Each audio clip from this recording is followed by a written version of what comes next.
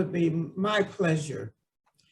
Dear Heavenly Father, thank you for all the grace and mercy that you bestow upon us, Heavenly Father. Thank you for bringing us back to this day that we can come together in this class and learn to be ministers that will relate with others in a godly way. Heavenly Father, we thank you for our instructor that we have tonight and for everything that she has been doing to educate us on this subject. I thank you for all of the students here and those who may not have been able to be here tonight. Pray for all of their families. We pray for those who are sick and shut in and in need of all of your grace and your mercy. Heavenly Father, guide us tonight in our lessons. Open our minds and open our hearts that we might receive a word from you and that we might receive the lesson that is planned for us tonight. In Jesus' name, amen. Amen. I had to take a deep breath. I feel like I've been running and running and running. So, did you guys meditate since Thursday? Did anybody take some time to try those links out and just think on those things, whatever those things are? Yes, no? Would anybody like to share Well, your experience? Reverend Catherine, go ahead, and Mr. Anthony, you'll go after her. Okay, I did use the meditation. Now, there were two links. Were they two different things or was that the same thing? There were two different ones. One was 5 minutes, one was 7 minutes. One is more, has more scripture. They're both scriptural based, but one has a few more scriptures than the other. The other one is a little more prayerful, but either way, go ahead. I think I copied over it because I had two of the same one because I was sending them to myself on my phone because I wanted to meditate. I wanted to relax in the bed to do the meditation. So I put my phone by the bed. So, you know, they were both the same. So I did like 14 minutes, but the meditation was really good. And then I did one night and it did say in there, says, if you fall asleep, that's good. And I'm like, okay, girls, I want something to make me fall asleep tonight. So I meditated and I woke up somewhere or another and I cut my phone off. But I've been using the meditation. In fact, I had to turn it off this morning because it was still on my phone and I was getting ready to drive to Austin. I'm like, okay, you don't want to go to sleep now. So, but I found the meditation to be good. I have started to be a little bit more alert and mindful of things when I'm interacting. I don't think I have it down yet, but in a few instances, I've been able to say, okay, let's not react, let's respond. But there hasn't really been anything that triggered anything, you know, in the last few days, because all I've been thinking about is my new baby, so. Okay, Mr. Anthony? Yes, good evening again. Well, but you did send the same. Oh, I did? Oh, man. Okay, I'm sorry. Yes, it was the same link. I thought it was me. I'm sorry. My apologies. So how did it go? Actually, I tried it twice. Well, it was relaxing, right? It was relaxing. I try to at least keep focus on it. I mean, there were times where I guess, and I believe too, at that time though, as you go through the process, it's like something being empty and then automatically something you want to fill it in. So I think that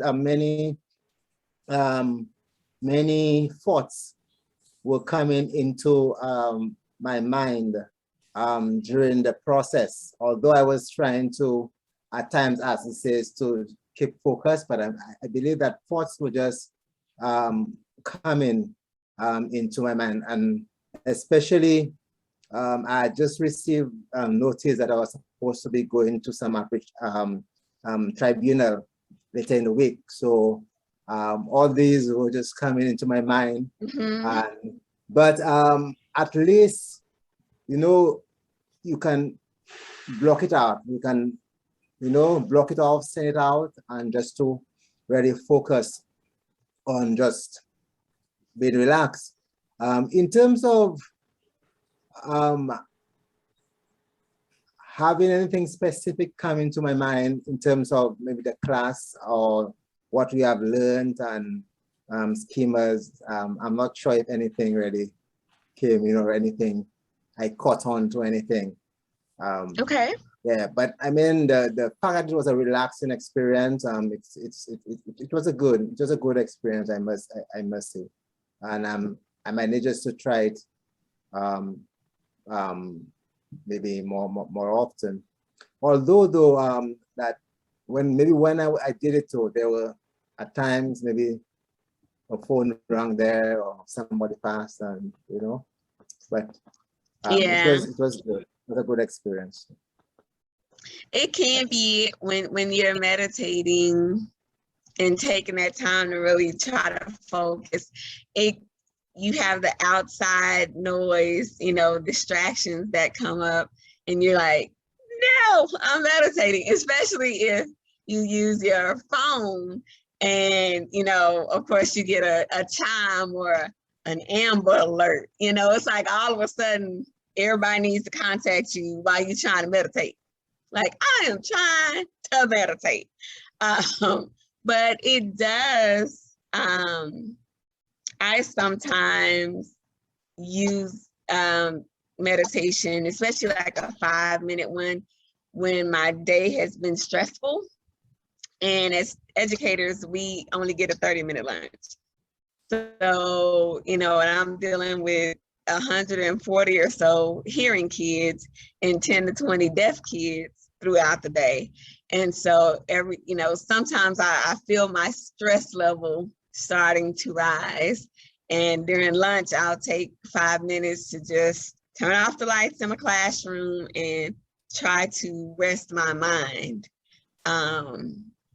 Because I love my students. But sometimes they can drive me up the wall. And I have to kind of say, okay, God, I don't want to lose my job today. So help me relax my mind. Okay. And so they are good for that. Definitely, I have learned that sometimes I am able really to just relax, while other times those thoughts will come up, the things that are really concerning me, and I can't focus on the meditation because I'm worried. Like, I have to say, okay, this is a concern, this is bothering me. So when my meditation is over, I get up, I either pray about it, like, okay, Lord, these things are still on my mind, or I write in my journal. I'm a big proponent of journals. I have a nightstand full of them. And so I will get up and write those things down. It's like, okay, these are concerns, I'm praying about them, I'm writing them down, and I'm giving them over to you. So I am glad that it provided you a moment of rest and relaxation. And there are different meditations you can use. Some are for waking up in the morning and, you know, getting your day started, while others are for, you know, really resting and relaxing your mind and putting you to sleep. So there are different types that you can use, but I always use ones that are scriptural and biblical based, because they, you know, you can meditate on some not faith-based things, which is not good, but they have those out there too. So just be mindful. Stephanie, did you get a chance to do the meditation exercise? Oh, go ahead. I do meditate every night before I go to sleep. I don't even have a TV in my room. So when I go, Wow. yeah, so when I go to bed, that's my time. Yeah. Good. Very good. Mr. Millington, did you find a moment over the past 4 days to meditate? Yes, I did that. I even tried it last night. But Okay. it's a bit difficult for me not to get the quiet space. It's okay for the quiet space and the no interruption, but it's just the settling of the mind and focusing. And there I struggle so much, and I tend to, like, I listening so much to what the person is saying in the meditation that I just don't really get to that place where I think it's trying to take me. But Okay. yeah, but I did it twice on 2 occasions. Yeah, but I just wasn't able to zone out the Rest your mind. Yeah, Yeah. I guess it's my first time, so maybe if I continue, maybe I can. I mean, I would say it does take some time. It took me, I would say, maybe about a month or so of consistent meditation before I was able to really just meditate, because it's hard to sometimes quiet your mind when your mind is, and that's why I started that process of, okay, this is really on my mind. I'm going to pray about it and I'm going to write it out. And that has helped me to be able to focus more on the meditation when I'm in the meditation. But yes, it can be difficult when you're first starting to deal with all those thoughts that come up, because most of the time we're not still enough or quiet enough to experience that. We are accustomed to going and going and going, and we wake up in the morning and we going, all the way until it's time for us to go to sleep. And so we're not accustomed to doing that, especially for those of us that are in ministry. Just when I think, okay, I'm about to rest my mind, I get a phone call from one of our members about, her daughter who's deaf, and, she's cutting up in school, and it's like, okay, here we go. Just when I thought I was about to wind down, I'm revving up again. So, it's hard for us sometimes to have that quiet time that we so need, because for me, meditation is that time for God to speak to me. When we pray, we praying so we can talk to him, but we've got to have time where we can hear from him and let him talk to us. So I understand. And it still does happen to me where, and we'll talk about that tonight, I think, the popcorn thoughts, where they just come out of nowhere, just everywhere, everything that's on your mind comes up because you're finally still and quiet. That's why some people don't like to be still and quiet. They always got to have a TV, or always got to have music, or be around people, because they don't want to deal with their thoughts. And being in ministry, you will meet those people where being still and quiet is hard for them, because they have to be still and quiet with themselves. And some people don't like to be by themselves or with themselves, present and available with themselves. So we are going to start on that note. We are going to start.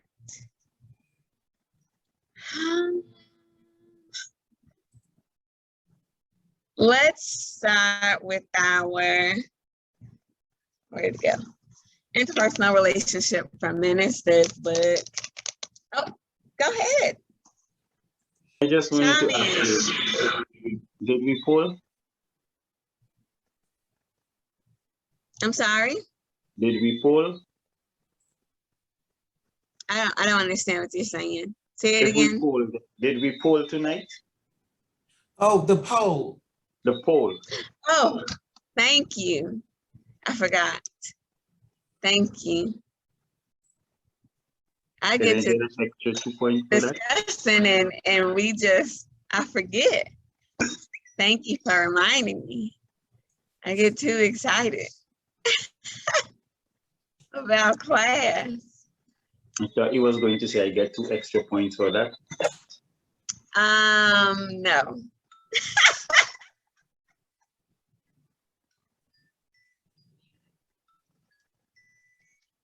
No. No extra points. Is that everybody? Think I got everybody. Okay. Let him erase the board.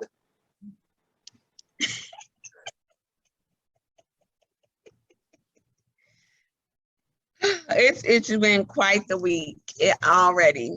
It has been quite the week, but no extra points. It's like I tell my students during the day, no extra credit. They're like, oh, miss, none? No. But thank you for reminding me. I appreciate it. All right, so we are starting Unit 3 tonight. Can we believe it? I can't believe it. Can everybody see my screen? Yes, please. Yes. Awesome. Come on.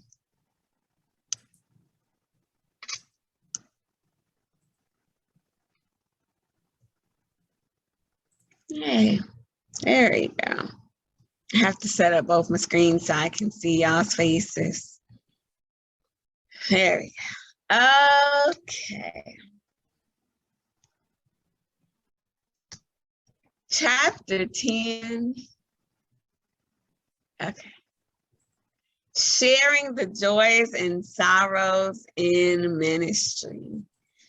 Working in ministry provides the joys in working with people and the sorrows related to working with people in the church that will break your heart.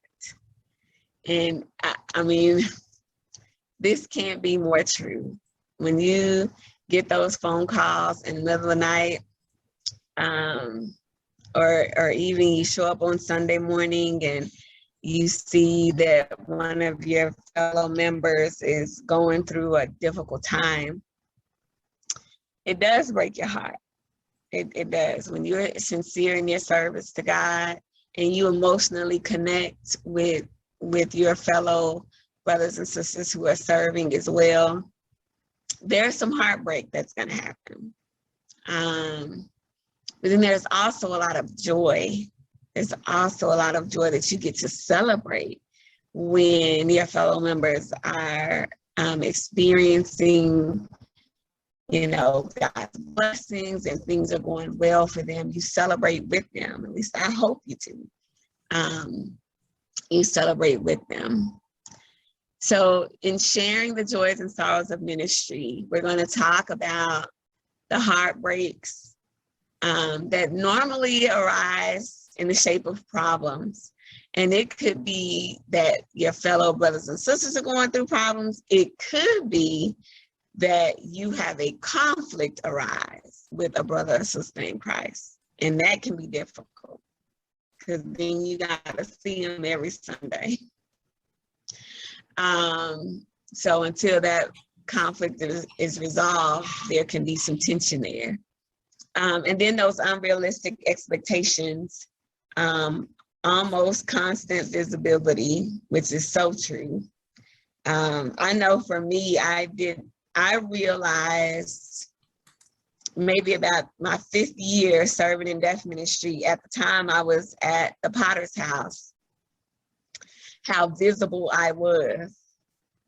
And I could not and still can't at times go to the grocery store without somebody saying, oh, you the sign girl, you sign, that's what you do. And I'm like, oh, yep, that's me.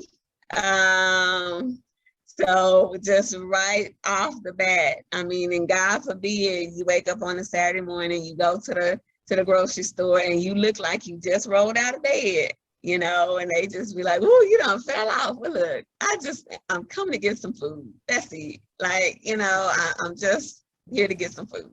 But anywhere and everywhere you go, my best friend and she and I went to the fair on Saturday. And I don't know how much y'all know about the Saints, but I love the Saints. That's my favorite football team. And of course, they're from New Orleans. And so the shade. And so,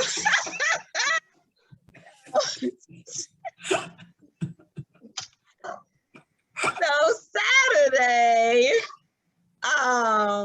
at the fair was the State Fair Classic. So Grambling, which is a university from Louisiana, played against Prairie View A&M, which is a HBCU, an historically Black college university from Texas down the street.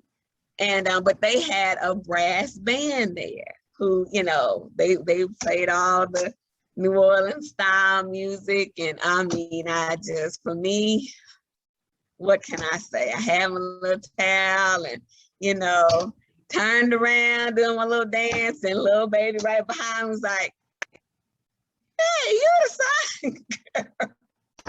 Yep, that's me. It's like,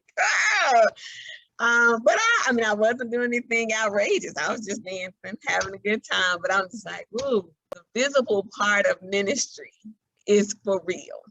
And even though Dallas County has 2 million or so folks, I mean, you'd be surprised at how visible in ministry you are and how everything you do becomes magnified. Everything. I mean, we have one of the local pastors right now, poor thing, he just is going through it. And when I leave from my church coming home, you know, it's people protesting. And I mean, it's just ministry and visibility. We're going to talk about it. Nearly impossible questions.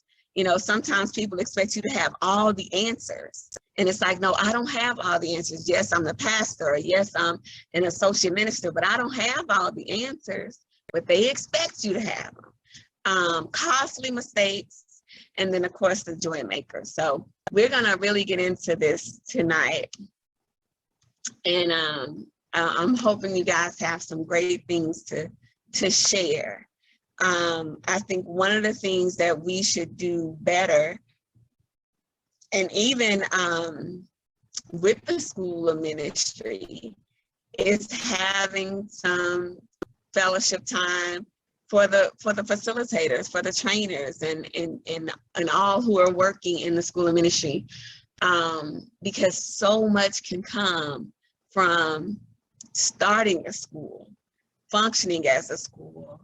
And, you know, the great thing that we have is that God, you know, connects us. Whereas in the secular, you know, it's almost every man for himself. But we don't have to be that way like we are in the secular. So unrealistic expectations. Members in the church foster steep expectations of you as the ministry leader and as the pastor, which come with criticisms and comparisons. Mr. and Miss Douglas, would y'all like to share anything about that?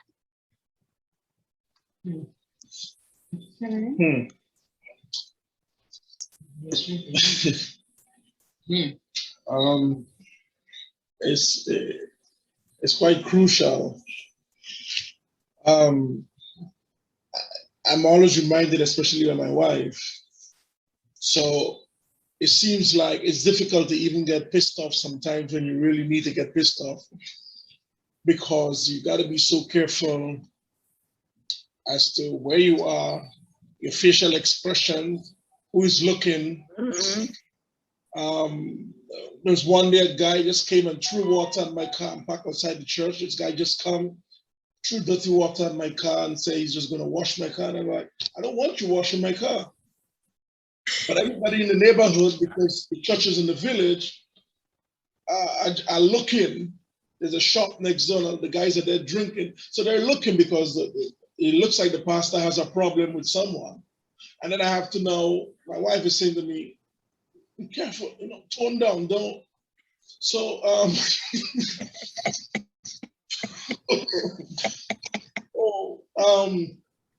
that's just one example, but there's just so many examples. I have to be careful. If I'm driving on the right side of the road and somebody is infringing, I technically have to give that up now because I have to be careful that that same person that I want to tell off might be in my service next week or might be in a crusade, I'm just using some examples, but it is so real. And I get pissed off sometimes because my wife she's always trying to tell me, and I don't like sometimes when she's trying to calm me down, but she's right. Sometimes I believe I just need to be able to express myself and say, look, I need to have the last one here. Now, you're wrong and you need to know it. But then again, how it comes over, I can either scare people off or I can draw people in. Yeah. And she's my conscience most of the times, to be honest. Sometimes I like to fix things. I see something going wrong or somebody in the street doing something wrong. I like to pull up and just deal with it, fix it. And then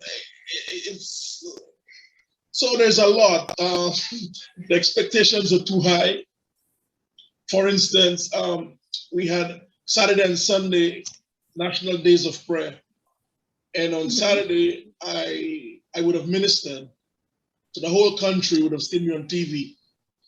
And Monday morning, I went to drop something off in town. As soon as I got off my car, a woman would look at me, you, hi, yeah, that message, that praying. What?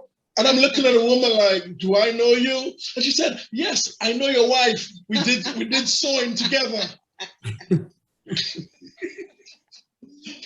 So there's so much I can say about this. So much.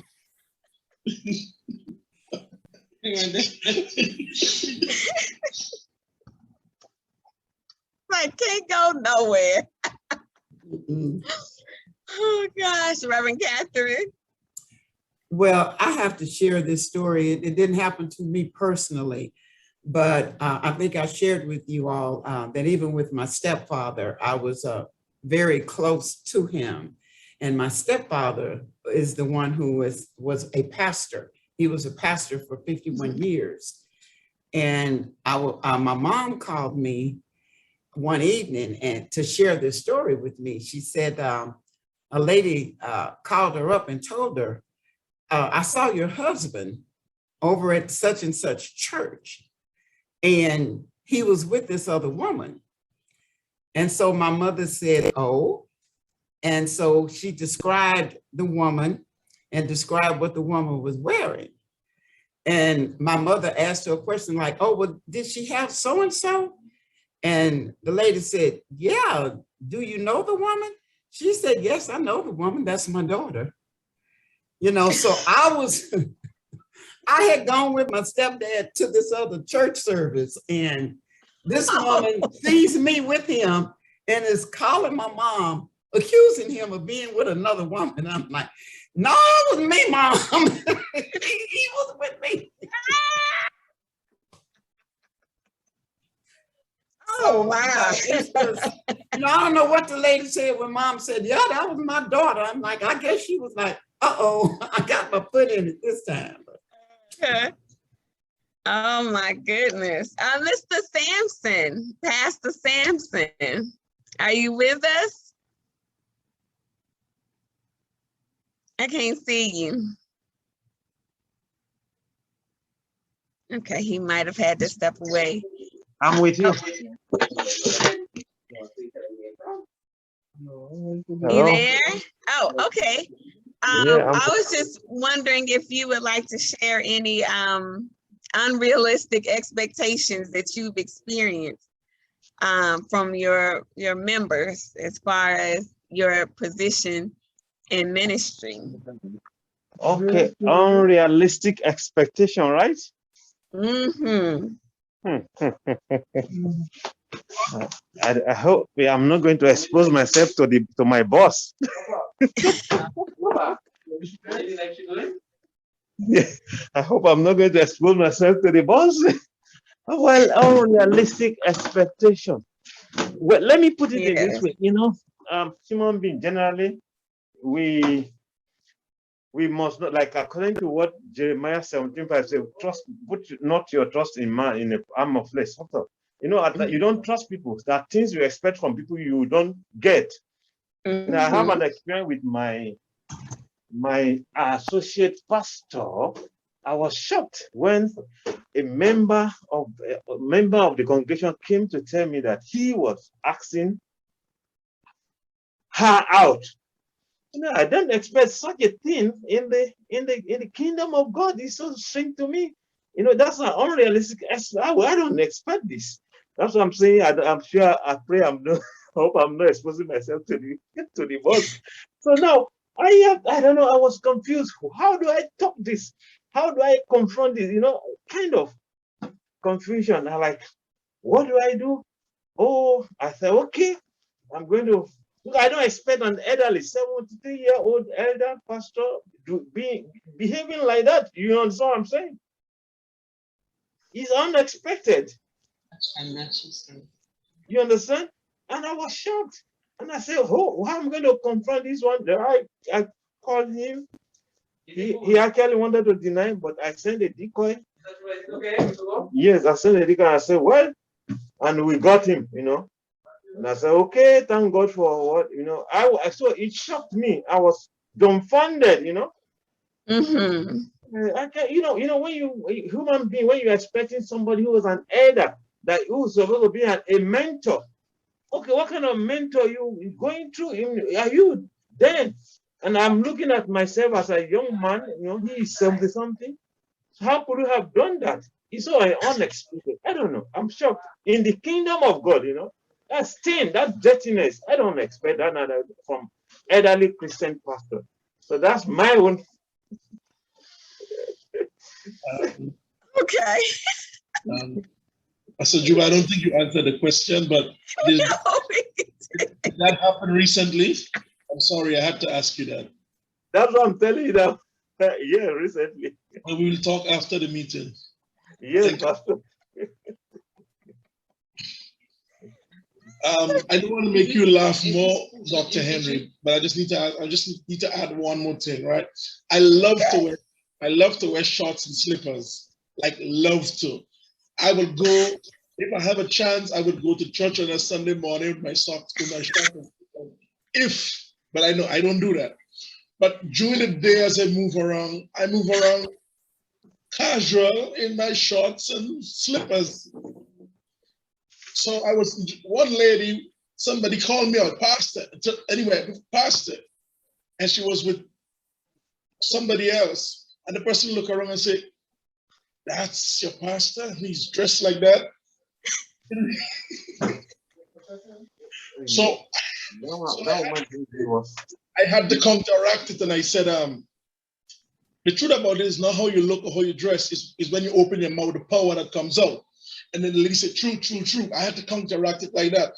But because of what we do, it seems like the things I love, like I would just go out, I'd leave home and I just got my shorts and slippers. So then I had to tell my wife, look, I need to buy some new slacks, some new casual clothes because they expect you to be in a suit every time they see you. But it's like you're not going to church every time. You need groceries just like they need groceries. Like you gotta put on a suit just to go to the grocery store. But it seems so simple, but it is very true, Mr. Douglas. Like for some reason, that is the expectation of certain people. Like you're in ministry and you're in a leadership position or you're in a visible position. So they expect every time they see you, you either going to church or leaving from the church. And it's like, no, I'm picking up my kids from school. I don't have no suit on today. I'm picking them up. That's all that's going on. I think my wife makes it worse because when we go out, she dresses up and make sure our hair is flawless and everything. And I'm in my slippers, so I think it even makes it worse. You know, it draw more attention. But anyway, I'm done with that now. Okay. Well, I'm sure Sister Douglas is not gonna let you show up to the church in your shorts and your slippers. So don't let them do it, Sister Douglas. Go ahead, Reverend Kathy. And I'm not gonna take but a minute, but I understand what you're saying. My dad, he was the same way, and he was like Sister Douglas. Every time he left the house, when it was not church, the only thing he didn't put on was the tie, but the shirt, the suit, the whole thing. Every time, to my football games, to any sports functions, anything, the only thing he did wear was the tie. He had the tie on, but everywhere else, he was dressed like that except for the tie. So that takes us right into the almost constant visibility, and especially now with social media,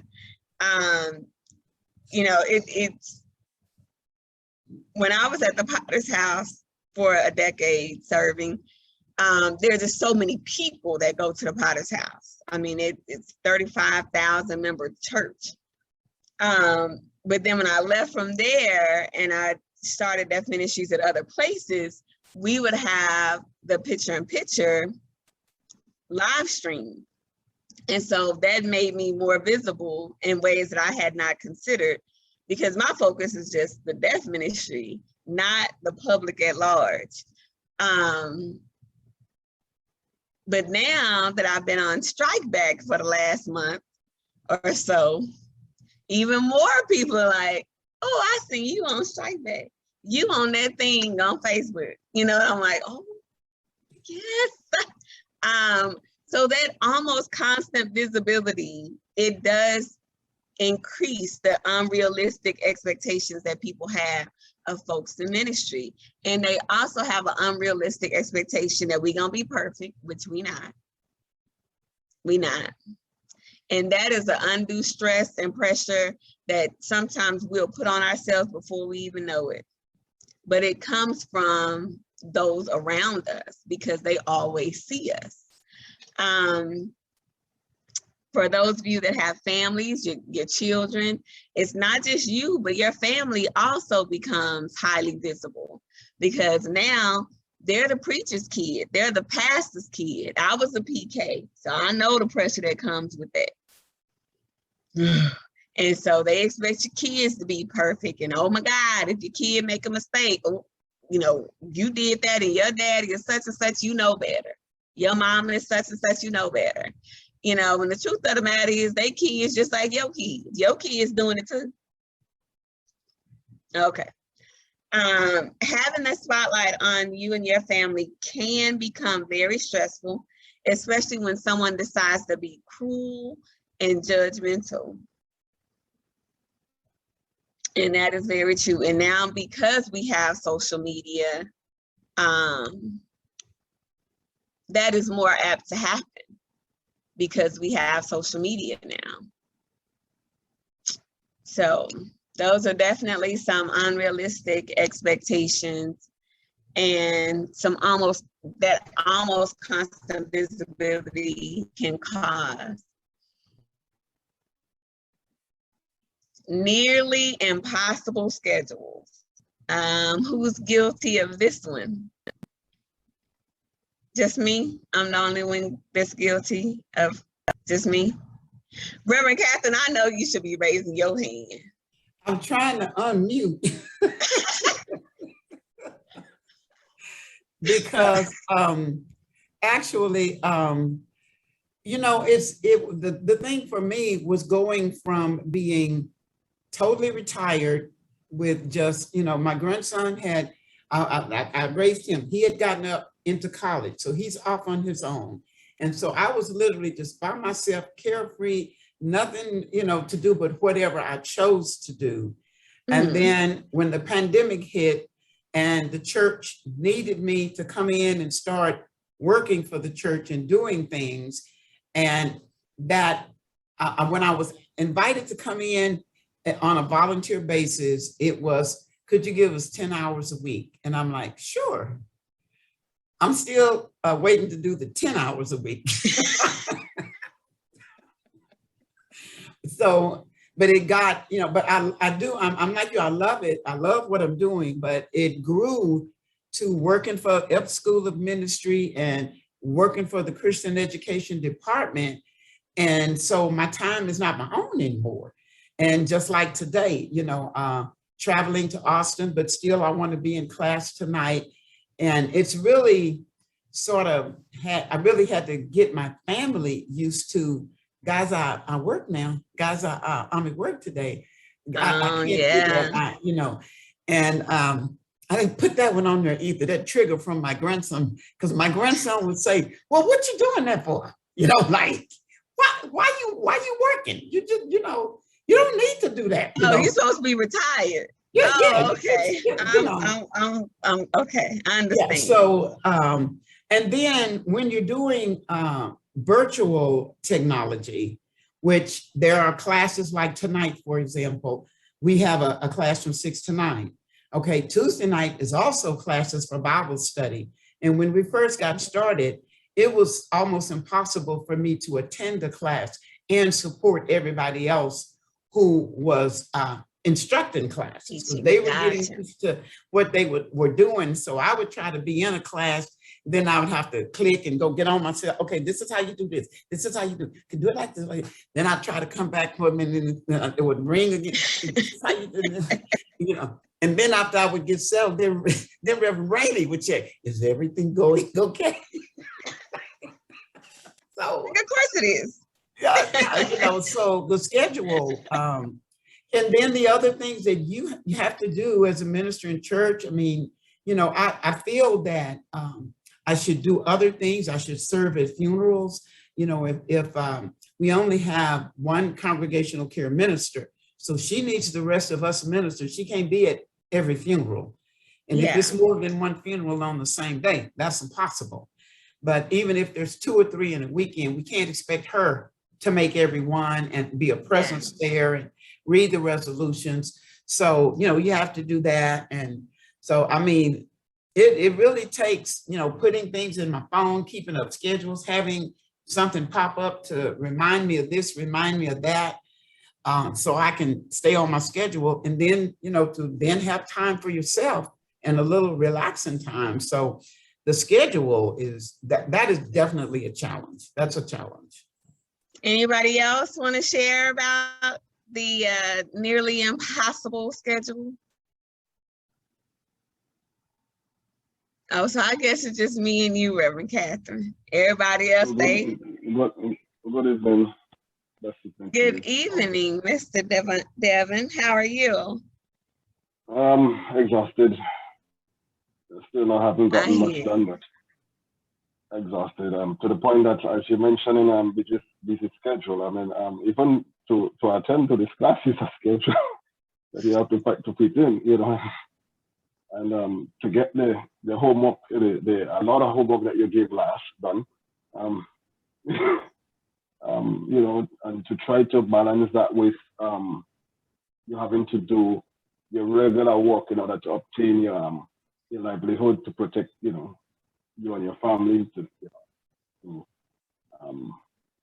keep the ministry going, keep communication. I mean, sometimes Pastor Douglas would say to me, I'm going to call you back. I'm going to call you back today. And then days would pass before he could call me back, because he himself is busy. I myself am busy. So, yeah, I know it can be very, very, very taxing and tiring. Indeed. So with the impossible schedule, nearly impossible, we don't take off like we should, and we don't. Because just when we say we're going to take off, the phone ring, or there's a knock at the door, or somebody show up at church, and there you go. That break you thought you were going to get doesn't happen. A pastor, a ministry leader can never really take a day off. I mean, I think about Pastor Epps and how he functions. especially with Destiny and Oscar, his son, and the needs that they have. And even when he's off, he's on. I mean, there have been times when somebody in the deaf ministry, one of our deaf members, has been impacted, and I've had to call him and say, okay, Pastor Epps, this is kind of outside of my wheelhouse. I need your help. And when I say he finds a way to call them, or I mean, right then, I don't mean like days in advance. I mean, right then, he'll say, okay, do I have their number? Where are they? Where do we need to meet? And he's on it. And I'm like, I'm just one person over a little tiny ministry. I cannot imagine what it's like in his life to balance all of that. I get happy, excited for them when he finally takes a vacation, when they are able to go away from us. And I'm sure he's still getting the phone calls, and he still logs on Tuesday and Thursday morning to do the prayer call, and he on vacation. You know, I mean, I think about those types of things and the demand that we have on ourselves. And sometimes, you know, it just comes with ministry, but there gets to a point when it's so much we're unable to maintain it, and we're not effective for ministry or ourselves. And so how do we find a healthy balance between ministry, serving others, our family, and self-care? Some people think because I'm single and I don't have no kids that I just don't have nothing to do. And so they like to give me stuff to do. And it's like, no, y'all, no. I have plenty of stuff to do, plenty. Between teaching full-time and the F School of Ministry and deaf ministry, I have plenty to do. And sometimes I have to remind them, just because I'm single and no kids don't mean I don't have responsibilities that require my full commitment. And sometimes we have to learn how to say, okay, no, we have to triage. This is not important right now, not at this moment. Let's plan, let's schedule, but we've got to figure out ways to have a healthy balance. I don't know how it is there where you guys are in Grenada and in different places, but I know the pastors up here, I mean, either they weigh 500, 600 pounds because they just eating. I mean, they just don't have no neck because they just eating. You know, they ain't exercising. You know, they're not taking care of themselves, but they trying to preach everywhere. And I mean, you see it because we have so many mega churches in such a small area that everybody knows what's going on with everybody's pastors. And so if you don't see them today, you're gonna see them tomorrow somewhere. And you're like, oh, okay. You know, you still in a physical body just like everybody else. So we've got to figure out a way to have a healthy balance in serving God, serving others, taking care of our family, and taking care of ourselves. Because if we work ourselves to death, then what?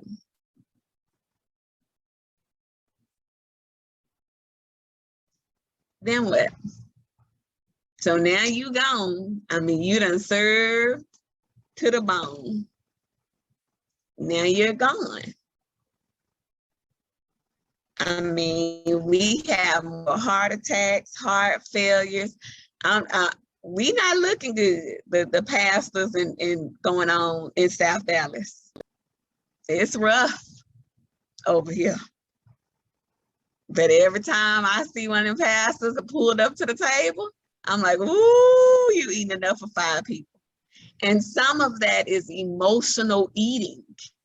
Some of what that is emotional eating. They're stressed, and so they just eat. and eating and eating, you know. So that's something we need to think about. It's 6:55. We're gonna take our 10-minute break. We'll come back at 7:05 Central Standard Time, my time, 7:05. I'll see y'all in 10 minutes. All right.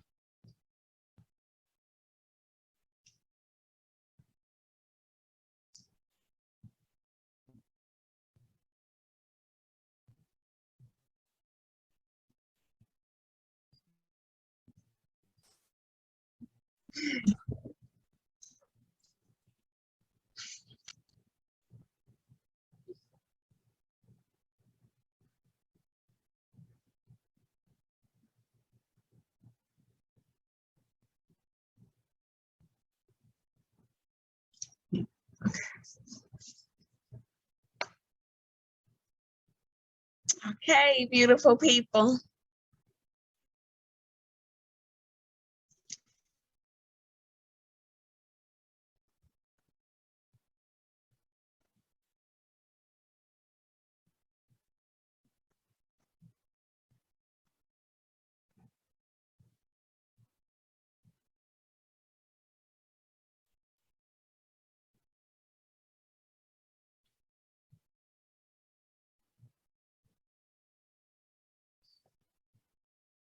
Okay, so we are going to move it right along. The next subtopic that we had in this chapter to talk about are the costly mistakes.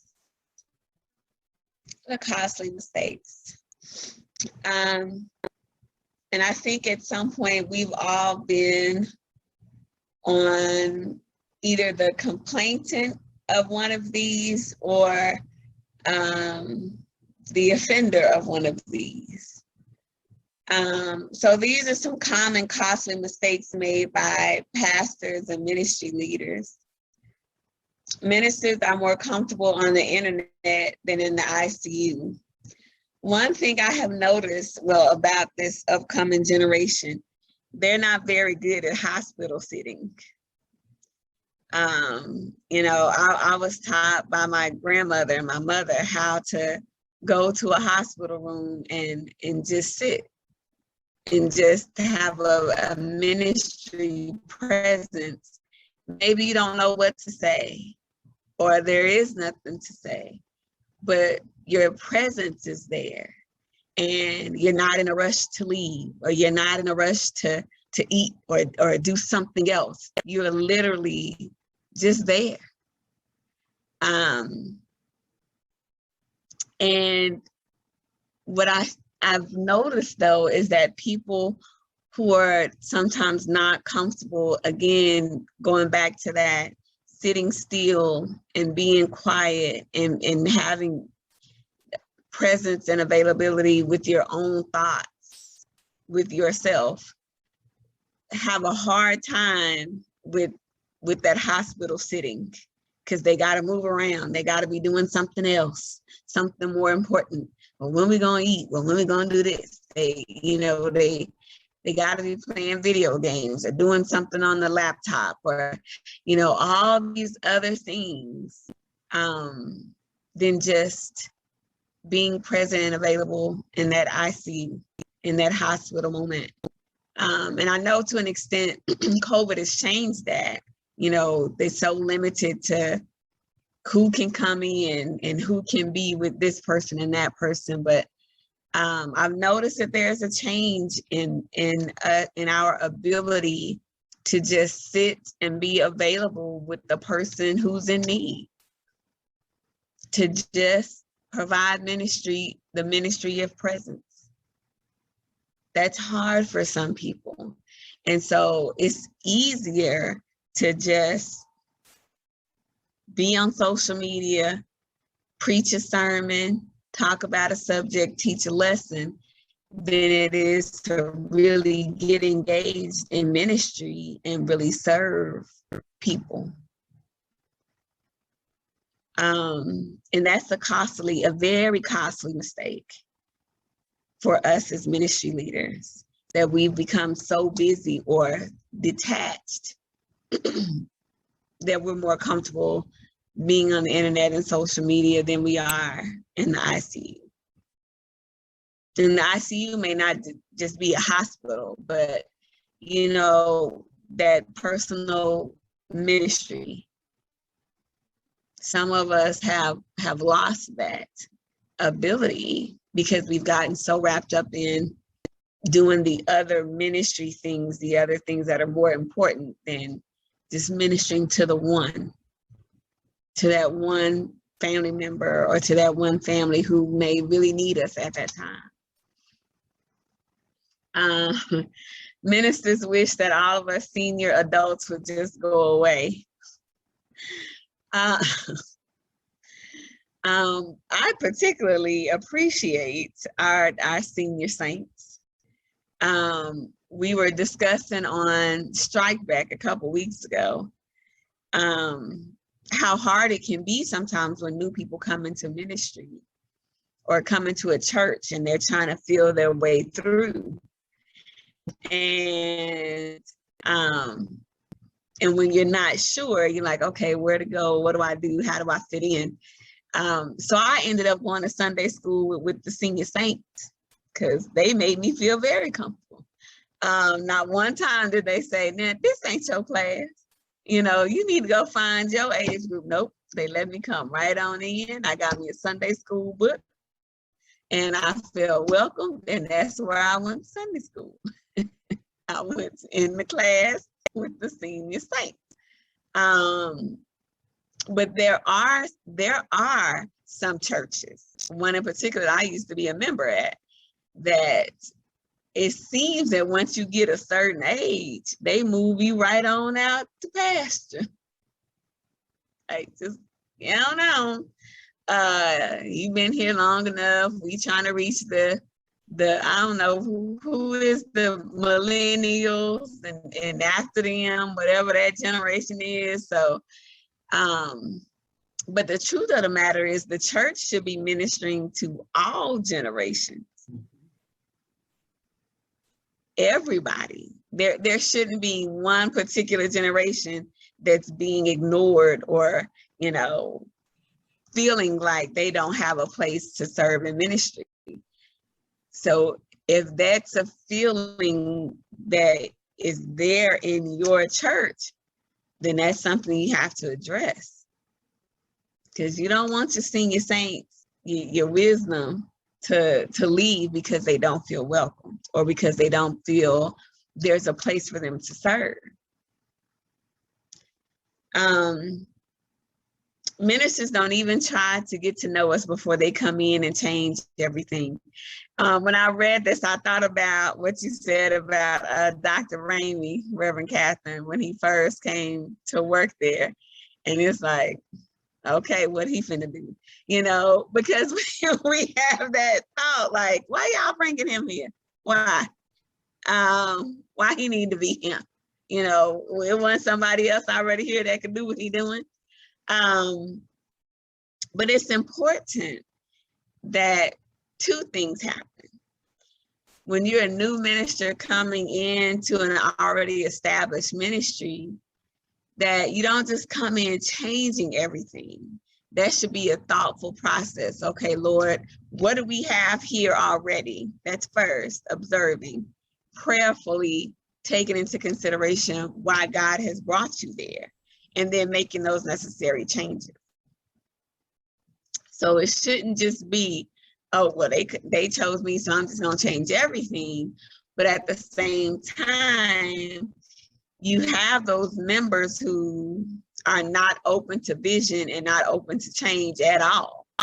And so sometimes you have to, you know, encourage them to come along. Like, okay, we have to make some changes. This is going to happen.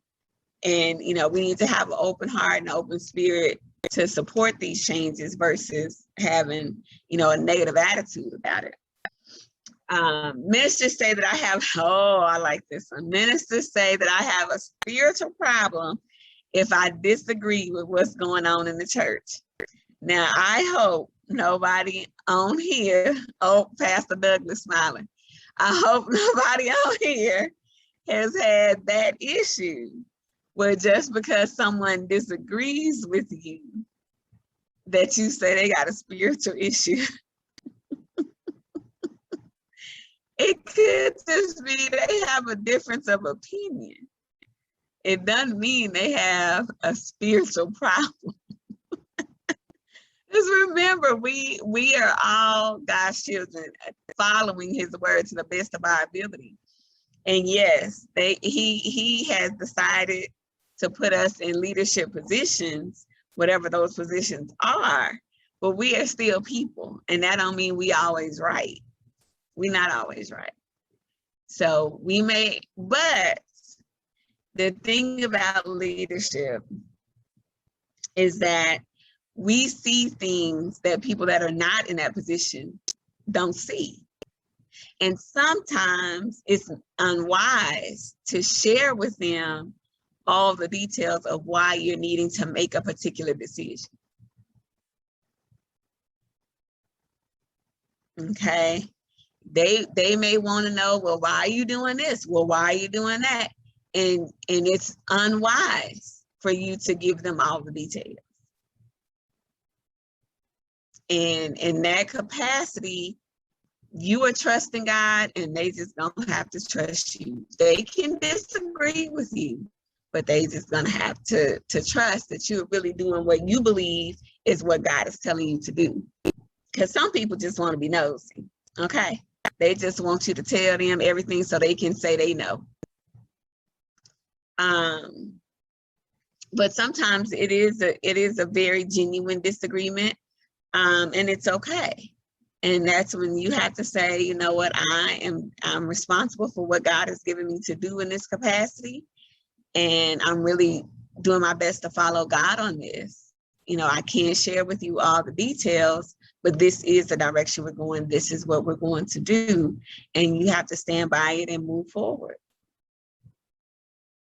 So that can be tough.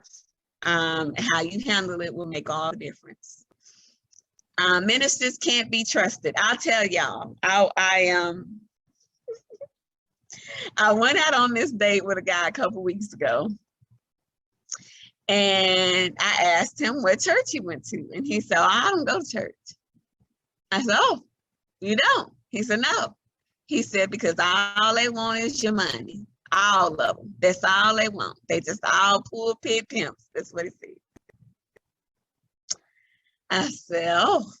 I said, so no preacher, pastor can be trusted, huh? Not a one.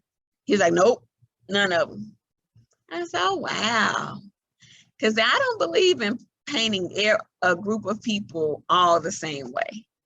I don't believe in that, you know, and I mean, I don't believe my pastor is like that, you know, so I felt like that says a lot about what you think of me. If you think I would go to a church where my pastor is not trustworthy, because he went on to say, oh, you one of them, you be at church every Sunday. I am one of them, okay?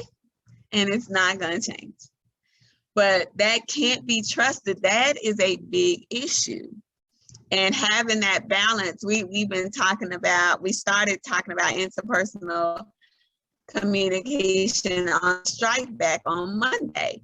And one of the things I shared was about having that balance and transparency.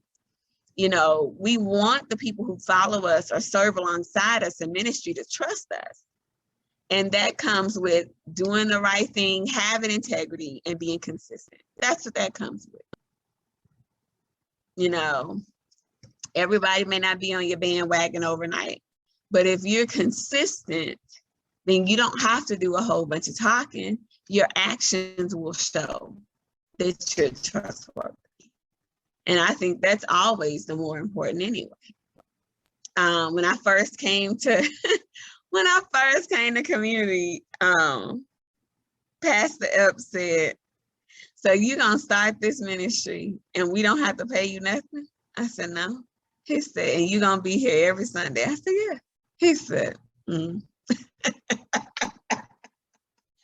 said, you'll see. Like, I don't know what else to tell you, but you'll see.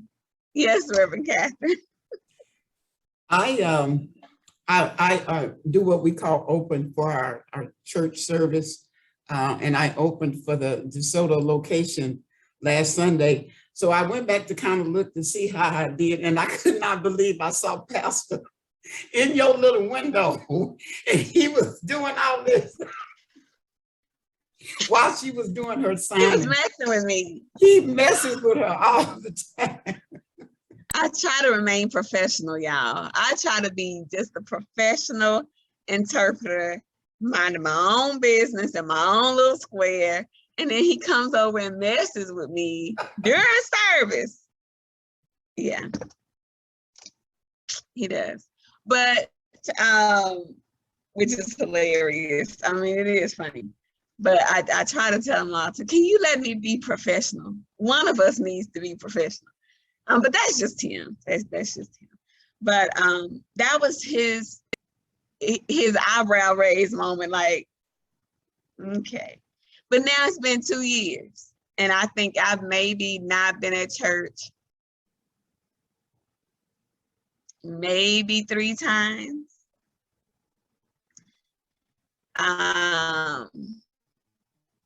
And that's including COVID. That I was up there every Sunday. I think the one time I wasn't there, the church was closed. We had a freeze, so nobody was at the church. The pipes burst, and it was just, church was closed. And then my grandfather passed away, and so I got someone to come in and interpret. And one Sunday, I went to New Orleans to watch the Saints beat the Cowboys, and I got somebody to come and interpret. But because it's I mean, it's not like I could just pull somebody at the sanctuary and say, okay, I need you to get up here and serve. There are very few of us who do what we do. And so I have to call somebody in and pay them to interpret when I'm not there. And but that's Erica, about it. That's why you wanted to come in with the senior saints, because you like the saints. Yes. So when they get on me about wearing my saints mask, I can say, but we all saints in here, right? We all saints. Oh, it's funny. Okay. So ministers come to our church so they can climb the ladder to a bigger church. Now, I don't know if that's the issue where y'all are, but that's always the issue around these parts. There seems to be a competition ongoing, spoken or unspoken, about which mega church you at. I'm like, y'all, really? It's the church, and they are within 5 miles of each other. Like, but yeah, it matters. It seems to really matter. Ministers don't love us. And that's a hard pill to swallow. The people that are following you, the people that are serving alongside you in your ministry feel like you don't love them. And I don't mean, of course, like a romantic love, but I mean love like a godly, agape love, then there's a problem. There is a problem. Ministers manipulate their congregations. Now, we do know that, unfortunately, that's true. There are some pastors, there are some ministry leaders who are very manipulative, and they are not serving in the right spirit. You know, that's unfortunate. I think Reverend Alexander shared that more than 16,000 churches have closed. And I don't mean just like they're not open because of COVID. I mean, like they have permanently closed. You know, and I feel like that's a part of it, because they weren't open and operating for the right reason anyway. And so God had to help them. I really, you know, when people ask me, why do I think, you know, God has allowed COVID to be real, to be here, this pandemic? And I feel like the answer is multifaceted. I mean, there's so many things that he's done biblically when pandemics or illnesses broke out in the Bible, and he's still doing it today. You know, so many things have manifested because of COVID, good and bad. So many things have been exposed, good and bad, because of COVID. And so I do believe that God is doing what he does in so many ways from this one thing. And it's our responsibility to pay attention to what he is saying to us as a group, as a whole, as Christians, and individually in our individual lives. And then we'll end on the joy makers. Ministers enjoy the thrill of being used by the Lord to make an eternal difference in the lives of people. Ministers have the joy of involving their families in their work. And ministers have the privilege of not being strangers in a new community. I think one of the funnest things it is ever is just knowing that pretty much everybody in my family serves a ministry in some capacity. My brother-in-law is a minister. He's also the minister of music. My brother is a deacon, and he plays the bass and the guitar and the drums, and so does my father. My mom is a minister, Sunday school teacher. I mean, you name it. Everybody in our family serves in some capacity, and I love it. I mean, it's just something that we all connect with, even though we're not all at the same church. We all serve in ministry, and so we get those opportunities to share our stories and experiences. And if I have a question, I can call my mom or dad and say, "Hey, I'm not quite sure what to do with this," and they've experienced it, you know, at some point along the way. So there definitely is a joy in serving in ministry.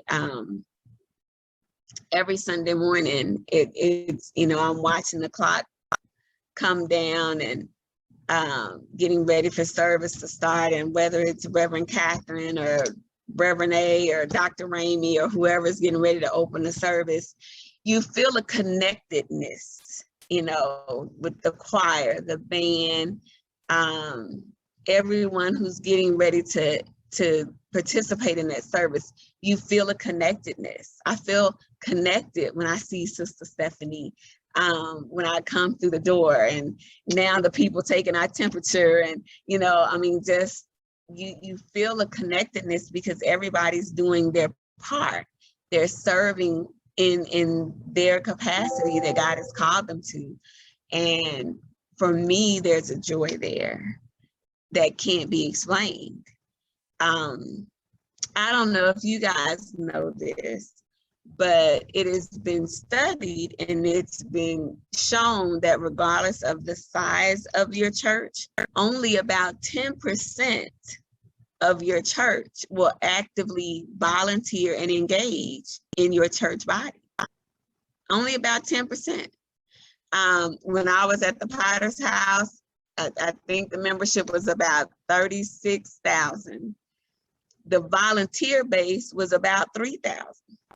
So when people would ask me, well, don't you get lost with all those people? No, because I see the same people all the time.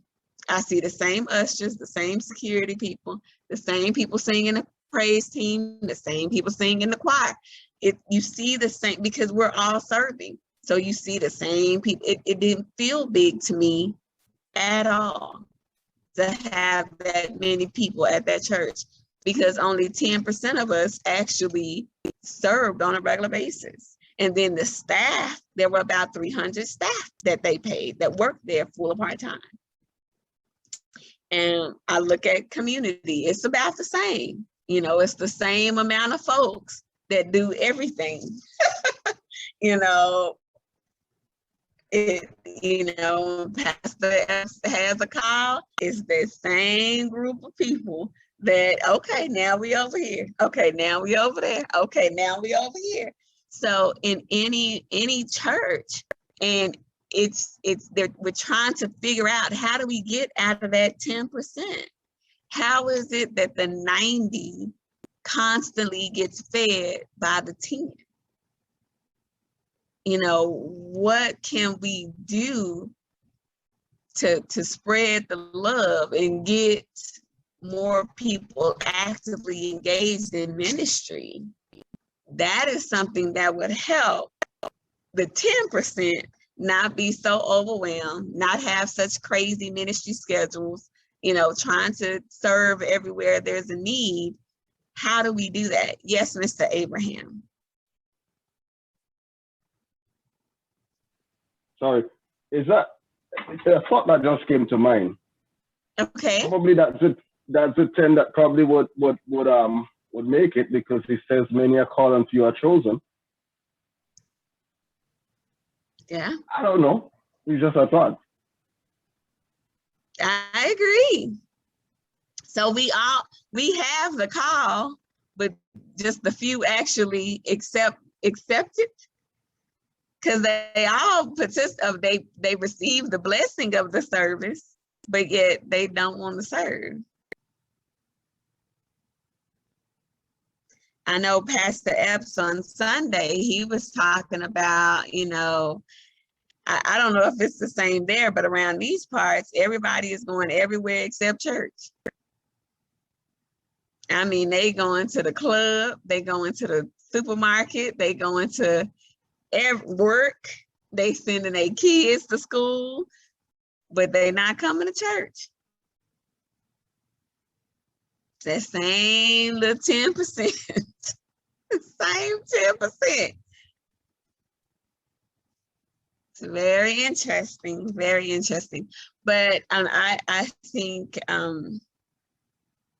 even when, you know, we're going through ourselves personal issues, there's something about serving that it's an unexplainable joy that you get from it. Even on those mornings when I feel like, Lord, why am I doing this? Once I get to church and I see my fellow members getting ready to serve, or they just, you know, how are you? You know, and well, I don't think we ever stopped hugging. I don't think COVID could stop that. You know, and I get that hug because I'll be needing it. And it's something changes from the time I get out of my car to the time that service starts and I get a chance to serve, and church is over and we hugging again and they kicking us out. Get out, y'all hug outside, talk outside. My whole perspective has changed because that service to the Lord is genuine and there's a joy there that you can't get anywhere else. And that's what sometimes we have to hold fast to. That joy, that Jesus joy that he gives us, especially he's gifted us, he's called us. And when we're walking in that gift and calling, man, I mean, it's just, you can't explain it. You can't explain it. And it renews you, it revives you. It does all those things and reminds you, you're doing good, you're walking in the right path. That's a joy. It's a joy, and it should be a joy to serve. And maybe it's not with your biological family, but with your spiritual family. There's a joy there you can't get any other way. Is that my last screen on that one? Let me see. Okay, so before we go into chapter, did we do chapter 11 tonight? Yes. Before we go into chapter 11, is there anything anybody wants to say about chapter 10? That was a lot, but it was important. Any thoughts on chapter 10 before we move on? I just, you know, the thought of being in ministry and how visible it makes you, you know, that's something that you have to accept and just have to be aware of all the time, because it, you know, I haven't pastored a church, but in my ministry, God gives me the gift of poetry. And a lot of times I will have a poem to read at the church. And I would see people that saw me get up and read the poem. Of course, I'm looking in the audience, so I don't know everybody. And, you know, they would stop me and point out, and say, you're the lady to read those poems, you know. So you have to be on guard all the time. And you have to be, you know, you have to make sure. I was at the grocery store and I had just had this back procedure, so I had to get in the little rider, and this man was dropping his things. So I stopped, and the man behind me acted like, well, you stopped right in front of me. So I said, oh, excuse me, you know, he dropped something and I didn't want to run over him. And so the man was like, oh, I'm sorry. Okay, you know. So he was polite too. But then when I got out to my car, the man who dropped the stuff was a member of the church. He was like, thank you for not running over me. I'm like, oh my goodness. I'm so glad, you know. He said, I appreciate you. He said, I saw you at church today too. And I'm like, oh my goodness. Telling you never know. And you're right. We do have to be mindful. We have to be mindful at all times, because what we don't want to do is what Pastor Douglas said. You know, we don't want to turn people away in how we carry ourselves or how we respond or how we react. And that would be just the moment when everybody's watching. When somebody pouring that water on your car and you're like, I do not want you to wash my car. What are you doing? And you have to like, because I don't have a Sister Douglas right there to say, calm down. But you are right. I mean, you have to always definitely be mindful, because we don't want to be a stumbling block. We don't want to be a stumbling block to anyone from coming to church, or definitely in their salvation process. We don't want to do that. All right, so moving on to chapter 11. Now with this chapter, it really went into detail about the specifics of, you know, having dinner with the president. But to me, I kind of took a different perspective on what I felt was important from this chapter. I didn't necessarily think that, you know, this pouring from this side and pouring from that side was the most important thing for us to get from this chapter. So I didn't put a whole lot of that in our training for tonight. I trust that if y'all feel like you need that, you can refer back to the book. So I just put a few things from chapter 11 in here that I really felt were important.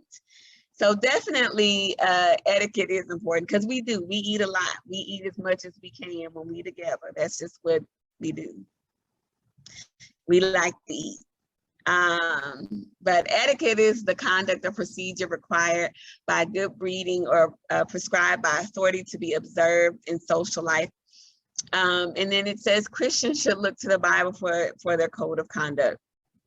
And really, to me, this is just about being mindful. I remember when I was, I think, 11, we went through a Christian etiquette course.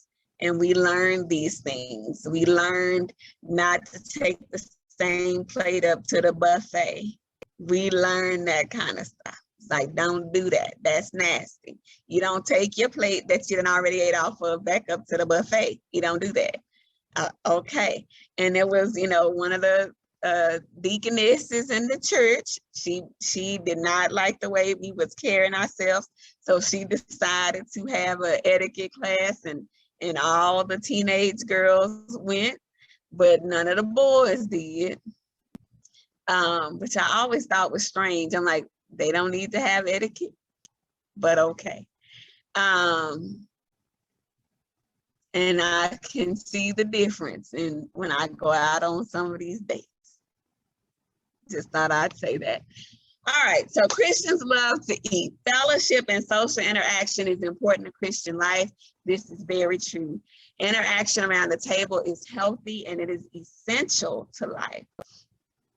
Christians should learn how to conduct themselves properly when eating. Since food is so important in the life of ministry, this chapter explores etiquette.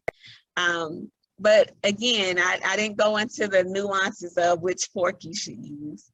But I think this is important. Our conduct at all times is a reflection on the Lord and can bring honor or dishonor to him.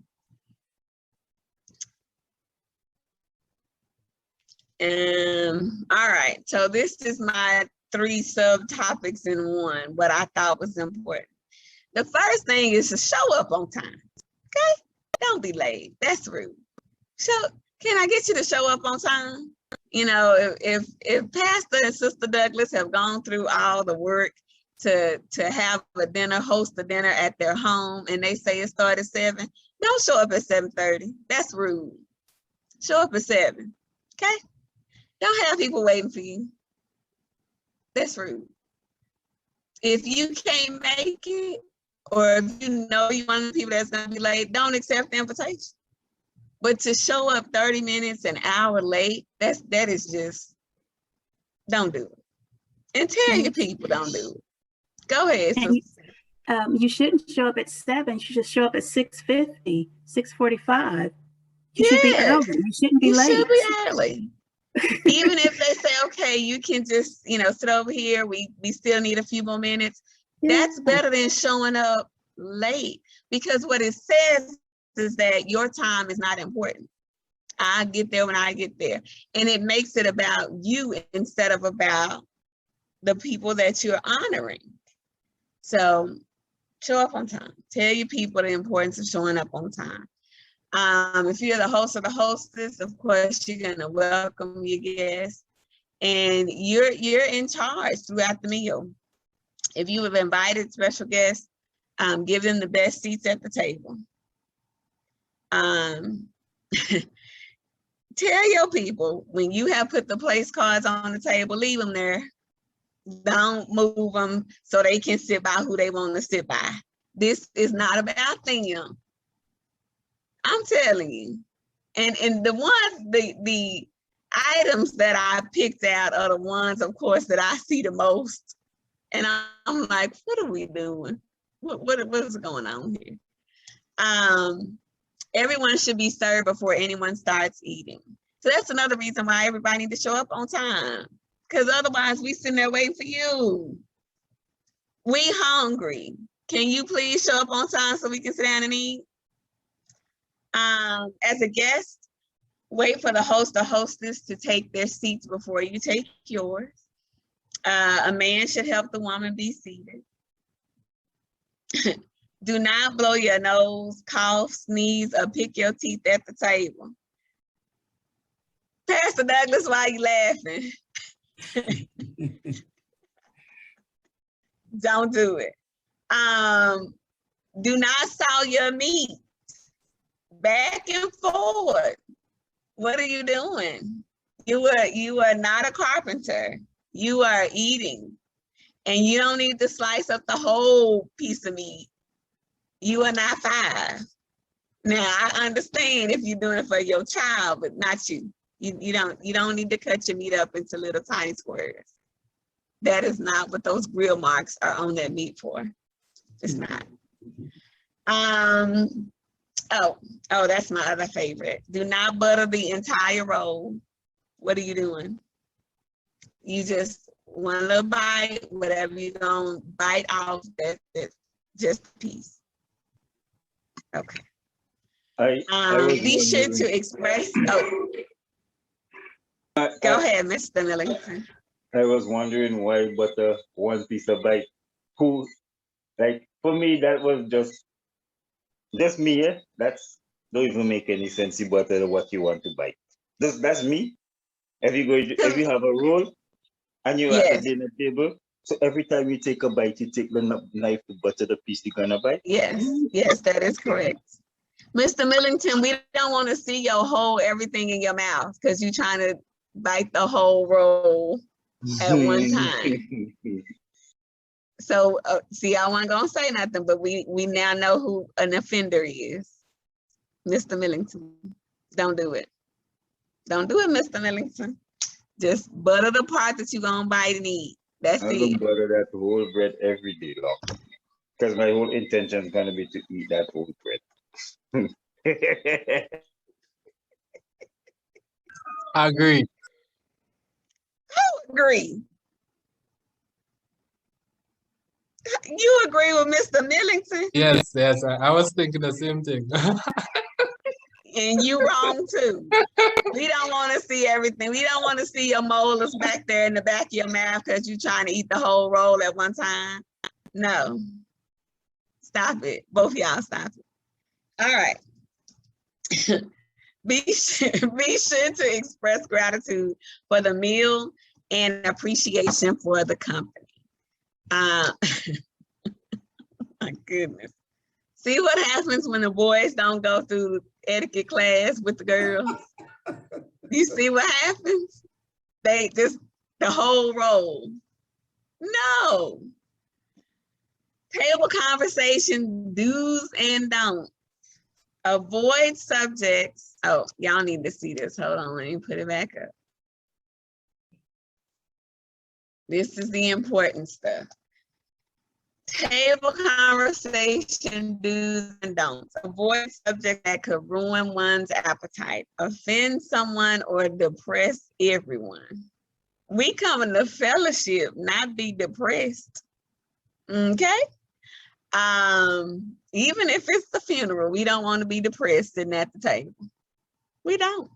Let's talk about the good things about sister such and such.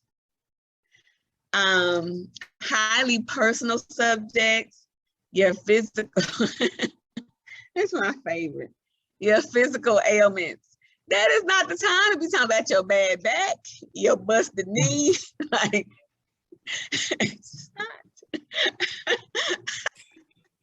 When they say, how are you doing? They just mean that cordially, how are you doing? Not not, you know, I need to go run, get my medication. No.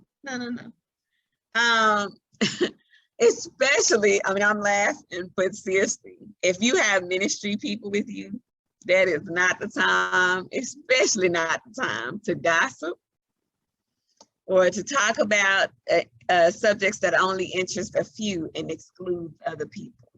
You don't want to do that. And it's hard because sometimes, even in a table setting, you'll see groups kind of splinter off, you know, but you as the person who is leading this dinner, that's hosting it, or even if you're the honoree, you don't want to be the facilitator of excluding people. Do not talk at length about yourself. Everything is about you. Everything should not be about you all the time. Do not talk shop, and that can be hard. It can be hard to not talk about ministry or talk about business when you're at a dinner table. Especially ministry, especially if you got other ministry people at the table. That it can be hard to not talk about ministry, but try not to. Monitor your participation in the conversation. You know, you don't want to be aggressive, but you also don't want to be passive. You want to be what? Y'all left me hanging. What you want to be? Friendly. What's the A word? Assertive. Yeah. Oh, assertive. I wanted to say that, but I wasn't sure. Thank you. You see it's all coming together. You want to be assertive. And lastly, do not talk with food in your mouth. That would go to Mr. Gary and Mr. Millington with the whole biscuit in your mouth. Don't do it. I want to mention something that stand out to me from that chapter. Okay. When it says that if everybody finish eating and you still have food on your plate, it probably says that you are talking too much. And if you finish your food too fast, it could probably mean you're not participating in conversation. And I find that so true. Yes, that could be so true. So that's why we need to monitor our conversation. Make sure we're participating and make sure we don't over participate. Yeah, I would say I'm definitely I've fallen in both of those categories depending on how hungry I was. If I'm really hungry, then I'm eating. I'll talk to y'all when I finish eating. But if I'm okay, then I fall into the other category of still got too much food on my plate and everybody else done. So yeah, I'm guilty of both of those. I'm guilty. All right, let's go ahead and wrap up. I think this is, we'll wrap up chapter 11 and then we'll go on our last break. But I have a question. Go ahead. When, I've always been taught you don't talk when you have food in your mouth. And 9 times out of 10, as soon as I get food in my mouth, somebody will direct a question to me. And so I'm like, because you're in the middle, so it's almost like I don't know what to do. And some people do this and answer, but cover their mouth. But it's like, I almost want to say, do you see I had this food? Yes. But don't you see I just got food in my mouth? Like, why would you ask me right now? Yeah. But they just have to wait. The one finger I think is appropriate, like, let me chew this, because you don't want to see all what's going on in here. You don't see that.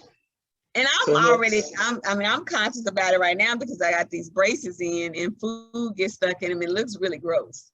So, yeah, I get it. How would you handle a conversation with 2 persons having dinner? And you can't eat with food you can't speak with food in your mouth. Then it's either we don't eat or we don't talk. You have to get into a rhythm. You have to kind of get into a rhythm where y'all are both eating and chewing at the same time and both talking at the same time. Like they're talking and you're talking. You kind of have to get into a rhythm. Most people talk in patterns.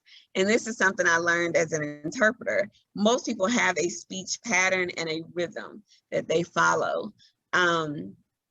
Which is what makes it easy and difficult for me to interpret for Pastor Epps, because I've become accustomed to it, but he can be preaching 1 minute and then telling the story the next, and then back to, in his sermon teaching. But most people have a rhythm in their speech patterns. So when you are in a dinner table setting, and if it's only 2 people, you guys kind of have to get into a rhythm to where it's naturally occurring that you're not talking over each other, but at the same time, if a person asks a question and they see that you're chewing, that they won't expect you to answer right then, and they'll be patient enough to wait for you to finish chewing and answer or respond to whatever they may have asked you. So and that's how you handle that. Then they start talking when you cut in your piece of steak, and then you zone out. That's it. That's how it works. It's like a double Dutch jump rope. Like that's really how it works. It's like a double Dutch jump rope. All right. So important things to remember. 3 commandments of dining etiquette. Always follow the lead of the host or hostess. It's their house, or it's their, dinner event or whatever. So follow their lead. If you follow their lead, you almost always can't go wrong. Use your flatware from the outside in, outside in. And then always be aware of proper etiquette and be ready, I think, to adapt to the situation as needed, because it may not be a formal dinner situation. It could be a backyard barbecue. Don't go walk over to the pastor's pit and take meat off the grill. What are you doing? Who does that? Sometimes I think we get a little too comfortable. Even if it may be a comfortable setting, there's still etiquette rules that we need to follow. Just because Mr. Abraham got you over his house, that don't mean he wants you in his refrigerator. You don't just go and open up somebody's refrigerator. What are you doing? So even though it may not be a formal dinner situation, it could be a casual, you still adapt and there's still just some rules we all need to follow and respect. Biblical hospitality is serving others through fellowship. It is one of the things, I think I've said this before, but it never leaves my mind. The first time I went to a community, Pastor Epps was serving at a repast for a family that weren't even community members. And it is something that he does well. It's something that Mama Epps does well. I mean, she cooks when we have new member orientation, she is in that kitchen cooking and she is serving. I mean, it is a spirit of hospitality that she has and has passed on to him, that I think it definitely brings honor to God. It definitely brings honor to God. Yeah.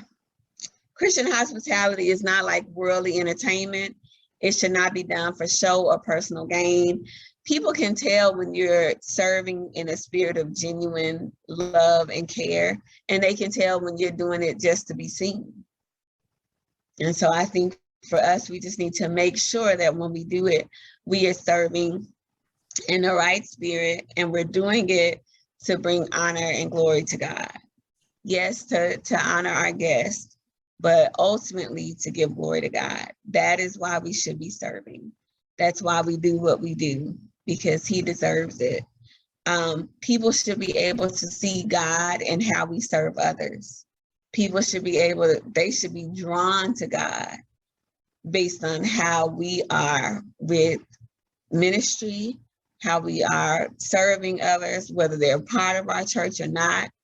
How we serve in the capacity of leadership. People should be drawn to God based on how they see us serve. They should be able to see the difference between Christian service and secular service. They should be able to see the difference. And if they can't, then okay, we might need to address some things. We might need to go back to the maladaptive coping mechanisms to see what's going on with us, that we're not able to genuinely serve. We may need to change our schedule. We may need to take some self-care. You see what I'm saying? Like there may be some things we need to do if our service is not genuine and if it's not giving glory to God. And on that note, that takes us to our second break. Well, I'm late. I'm real late.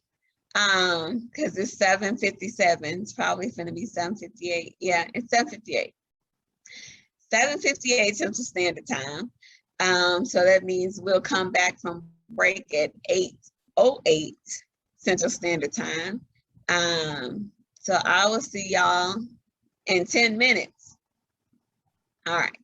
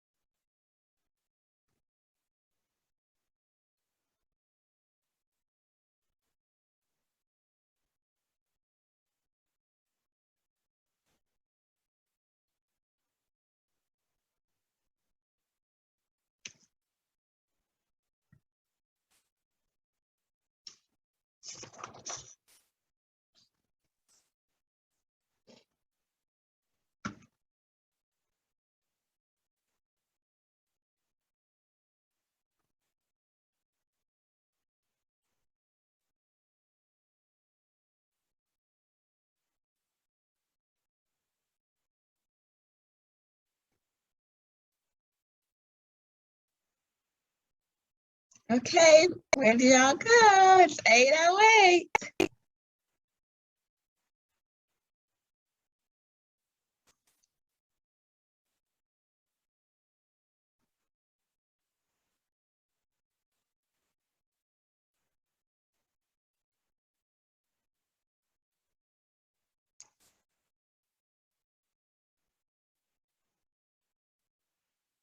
I tell you, Reverend Captain, I'm gonna get like you and Reverend A. Yesterday, right before strike back, he had like 2 minutes, and all of a sudden he went from regular clothes to cowboy jersey and hat. I'm like, what is going on? Well, y'all be doing them Superman Clark Kent changes. I'm gonna have to get on my A game so I can change real quick.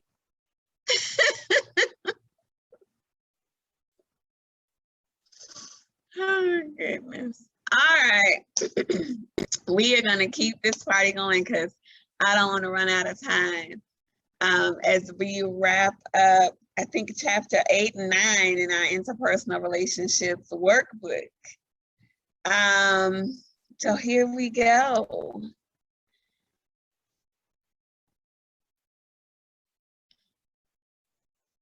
Chapter 8, values. Okay, so we are halfway through this course. Believe it or not, we will be finished next Thursday. We only have 3 classes left. I know, Mr. Millington. I mean, it's flying by. But we have put in some work. I know for me personally, even though I'm the instructor for this class, God, of course, in his infinite wisdom, he's been doing some work on me also. So I'm not just telling you guys to do these things. It's an opportunity for me to do a self-check as well. So maybe you have experienced moments of choice where you need to decide, are you going to resort to old maladaptive coping behaviors, or you're now able to watch when those triggers come up and observe so you can respond positively. Those same old feelings may come up. You may be urged to withdraw, attack, or deflect. However, you do not have to, nor do you want to, resort to those old coping behaviors, because now we know how they are present. We know how they can negatively impact us and the people around us. So we don't want to go back to those old coping behaviors. We want to be mindful and actively engaged in having a different positive response. So we're going to talk about values. Our values. Values are the direction you want to go in life. They are not goals. They are the direction you want to go in life. It is something that you hold dear. So we have our core relationship values, which are work, friendships, family, parenting, partner relationships, and community relationships. So on our value domain worksheet, did anyone do this already? All right. Stephanie, what you got for your work relationships? What did you score for your work relationships? 1. Okay. And friendships? Friendships, it was a 2. Okay. Family? Family was 2. Parenting? Parenting was 2. Partner relationship? Partner was 2. And community relationships. Okay. 2. So, yeah. So they're all very important to you. Yeah. Yeah.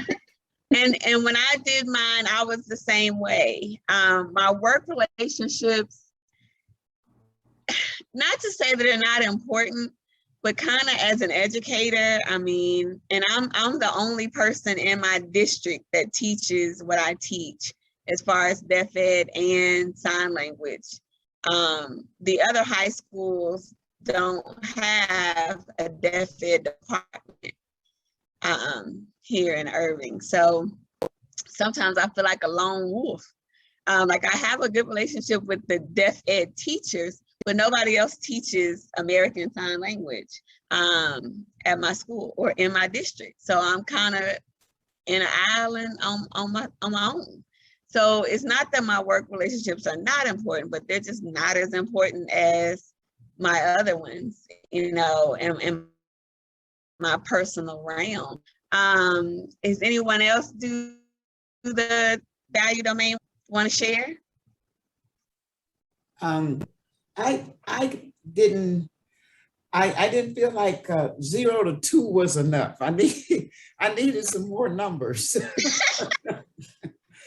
Because, well, but similar to what you said, it's like they're all actually very important, but then some are more important than others. So I didn't see any that were somewhat important. These are all very, very important, you know. But when I got to values, that was a little different because sometimes the difference I see is in work relationships. That was where I saw a difference for me. And because I came from a corporate world, my work relationship was, I need to make sure I'm about business. I need to get along, and I don't want anything personal in the corporate world. I had very few personal relationships, and those that were, we actually clicked and chose to actually move to the friendship. We kept the friendship out of the workplace. Yes. We had to keep it out of the workplace. And I find that very different now working. That's the big difference I see. That's the joy that I have working at the church, that it's not even just a friendship. I feel like I'm working with my family. You know, I feel like this is a family environment and a family relationship, and that, you know, I can nurture the love. I mean, you in corporate, you will not, you can't love anybody. You better not. You better not. And of course you can't just stop and pray. Like we've had moments where, you know, well, let's just stop and pray, you know. And so you couldn't do that in the corporate world. So my work relationship now it's real different. And I do want to nurture it, and I do want to nurture the friendships and the families and family relationship. And I had an encounter, and I made the mistake. My etiquette was unintentional, but I had been, it was a funeral, and I had been greeting the family and taking them to the family room. So I was coming out, and if someone would say they were family, they were looking for the family room, I would take them and I would say, okay, here's the family room. Then I go back and I would say, I'll be back, you know, and I introduced myself and everything. Well, the last time I came back, I didn't know Reverend Alexander was in there. And when I came in the door, he was behind the door. And I came back, so, okay, it's time now for us to, and Reverend Alexander was like, but he's real, you know how he is. And I went, yes. Oh my gosh, I didn't see you there, you know. So, you know, of course I said, oh, I apologize, please forgive me. I didn't mean to step in and interrupt. But he was so gracious. And it was like, I said, Reverend Alexander, when I mess up, I always want to mess up with you, because he was so very gracious. He actually, you know, and like she said, we hug at our church. So he hugged me and he said, it's okay. He said, I know you didn't see me. It's okay. And then he said, y'all, this is Mama Catherine, you know, and he said, you know, it's fine. It's fine. And I mean, if that had happened in a corporate environment, it would have been like, oh, yeah, total disaster, you know. You might have gotten written up or something, you know. Because you would have been out of order and all kind of stuff. Yeah. Yes. And you're right. It is different when you work in corporate, secular, even just with this class.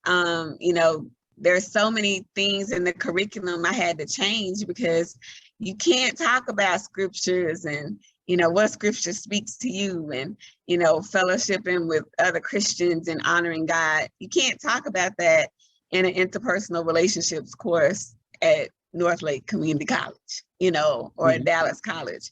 You can't do that, so it's different. It's a very different end goal that we're hoping to achieve. So thank you, ladies. Did any of the fellas do the domain worksheet? Anybody want to share?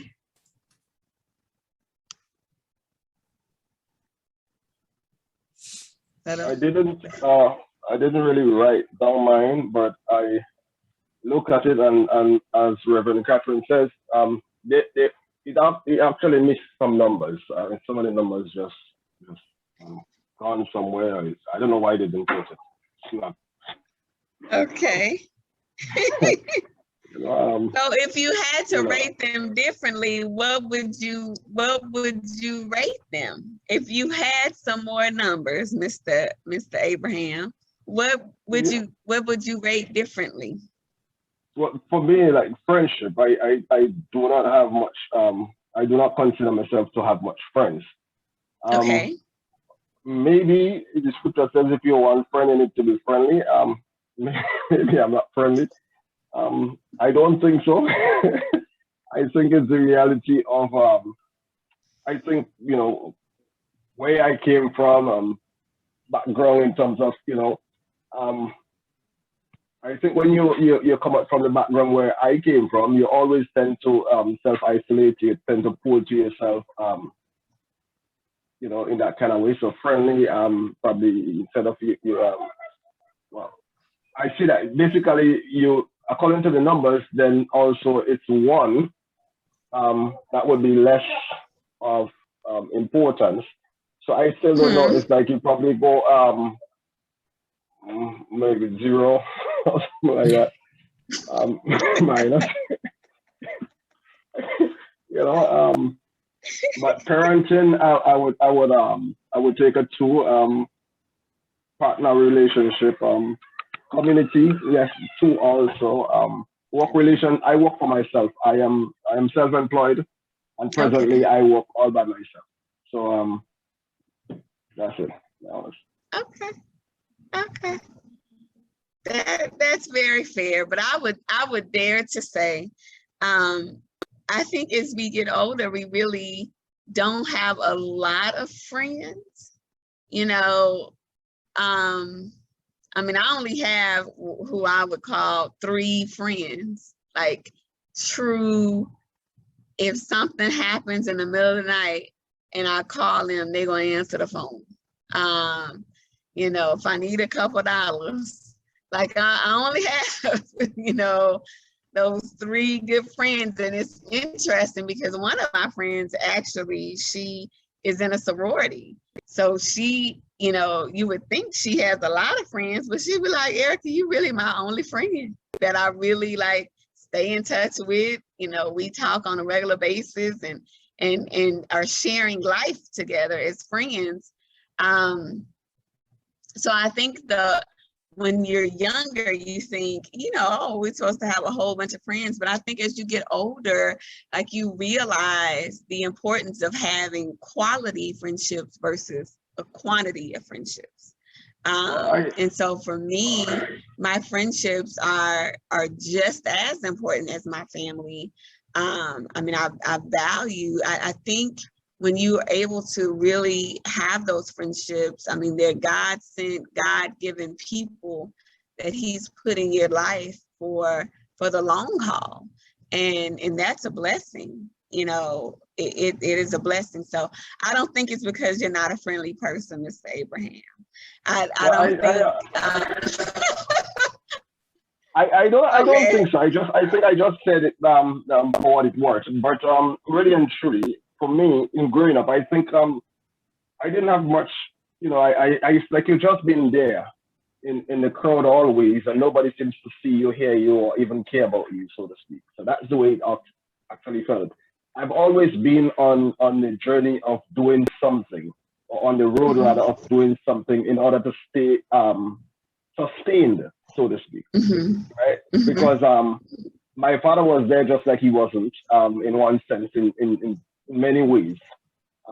Though there are certain things I could still reflect back on, like he taught me the 23rd Psalm, the Our Father, and so forth. But to say, well, you had time to play and to mingle and to have this kind of a friendship, and people was, always warming with you, no, that was not there. So yes, I agree that as you get older, you tend to cut off, persons. But even up too late, I've realized that persons that you have considered to be a friend, then you realize that the only thing they're in your life to do is to cheat with you, and so I don't consider to, yes, I guess not having much friends. So friendship, yeah. I think that's, I understand. I mean, the three friends that I refer to, I have all met them in my adult life. They are not women that I grew up with. For me, growing up, when my sister started having kids, that kind of part of my life came to an end. As far as just being carefree and hanging out, because I became a caretaker of my nieces. My sister, I was 12 when my sister had her first child, and we all shared a room together. So, she had the first one and she had the second one. And so, I mean, if I wasn't at school or playing basketball, I was babysitting. Like that, whether I wanted to or not, that became a responsibility of mine. I was constantly watching the girls. And so I didn't have a lot of time to hang out with my friends and or people that I thought were my friends. Of course, as we've gotten older, sometimes I stay in touch with them on Facebook, but as far as like a true friendship, no, I don't really have any childhood friends that we've grown up together. That just wasn't really an option because I had home responsibilities, whether I wanted them or not, that were mine. And so that's what it was, and plus at that time, my mom had moved in with some of my cousins up here in Dallas, which is about 2 hours away from the town where we grew up in. And she was in school full time. So, it was, for me, it was school and taking care of the house, cooking, cleaning. Yeah. So hanging out wasn't really a part of something that I got to do once my sister started having kids and, my mom went to school. They didn't have online school back then. And she graduated college the year I graduated high school. So when she was back and it was time for me to be footloose and fancy free, it was time for me to go on to college or do whatever I was gonna do. So I do understand that. And I think, again, like I said, the friendships that we do have, it's important to nurture them and make sure that they're in good standing, just as it is our family. And for some of us, we're closer to our friends than we are our family. Unfortunately, sometimes that happens. And that's not something to be ignored or overlooked.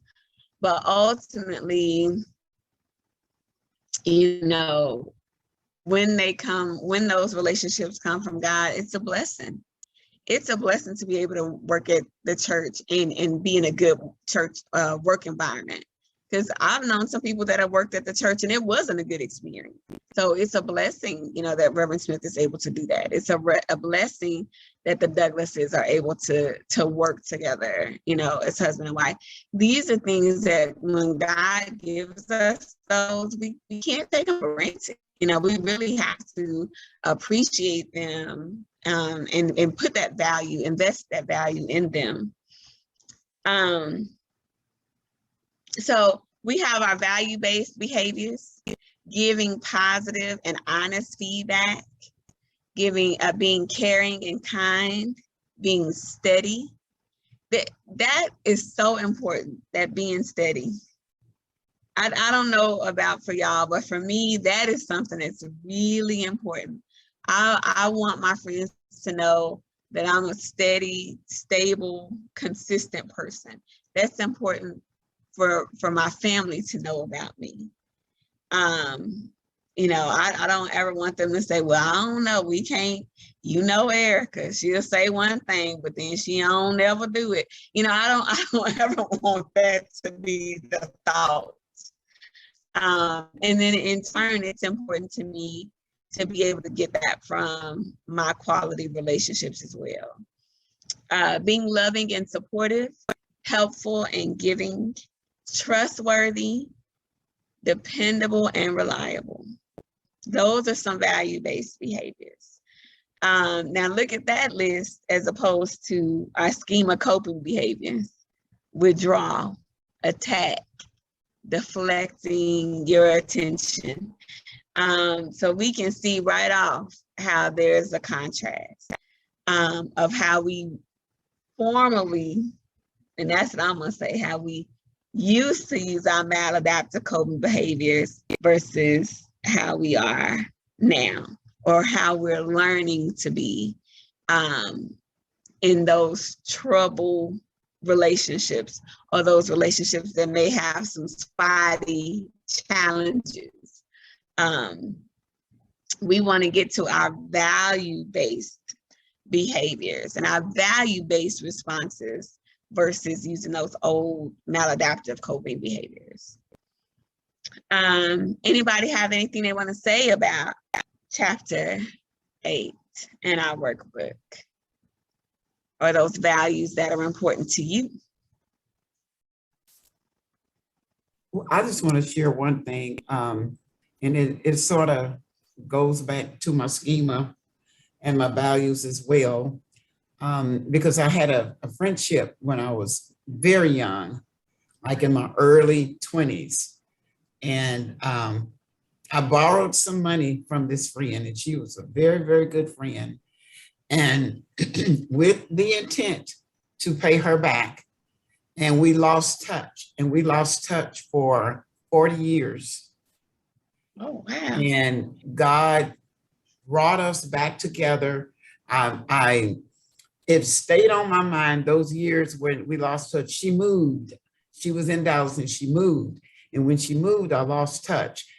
But I remembered where her mother lived. And so it stayed on my mind so much that I did not pay her back. And it bothered me. And I prayed about it, you know, because I thought, well, you know, all I can do now is ask for forgiveness. But I wish somehow I could ask my friend, because she was a true friend to me. And God answered my prayer in allowing me to be back in touch with her. And so I wrote this letter, sort of like blind, to this address where I knew her mother lived. And I said, you know, if this is still the person that lives there, and if you know this person, if you would please see that she gets this letter, I would like to reconnect. And one Saturday morning, she came, her son lived in Arlington. So she got her son to get on his GPS and find my house. And she showed up on my door. And it was just awesome. You know, it was totally awesome. And when she got there, it was like God knew, you know, God knew she was coming. I didn't know, but God had told me to do certain things. And, you know, I'm just kind of doing something like, put this in the safe at home. And I actually had the money in my safe at home. And the first thing I did was I went and I said, I want to pay you back. You know? She said, I have not thought about that. I have not worried about that. I have not been concerned about that at all. I said, I know, but it'll make me feel better. Just let me pay you back. And that was I wanted to share it because I really considered it a gift from God that he let me do that, because a year after that she passed away. And yeah, so I was like, thank you, God, for allowing me to reconnect with her, to settle what was on my heart, to have her receive me as she did. And then, you know, I was able to be there with her through her declining years. She started to decline and she got very sick. So I was able to be there for some of that. So I just really considered that a gift from God. Wow. And truly he calls us friend. I think sometimes we, especially in this social media age where we got Facebook friends and Instagram followers and all that, I think we have gotten to the point where we don't value what true friends are, you know, because we just want as many Facebook friends as we can have. And it's like, no, that's not what the biblical understanding of a friend is. You know, God calls us friend, and that means there's some value in that. Like, we should value the friendships that we have in our life and not take them for granted. All right, so we're gonna move on to chapter 9, willingness. Let me get this up here.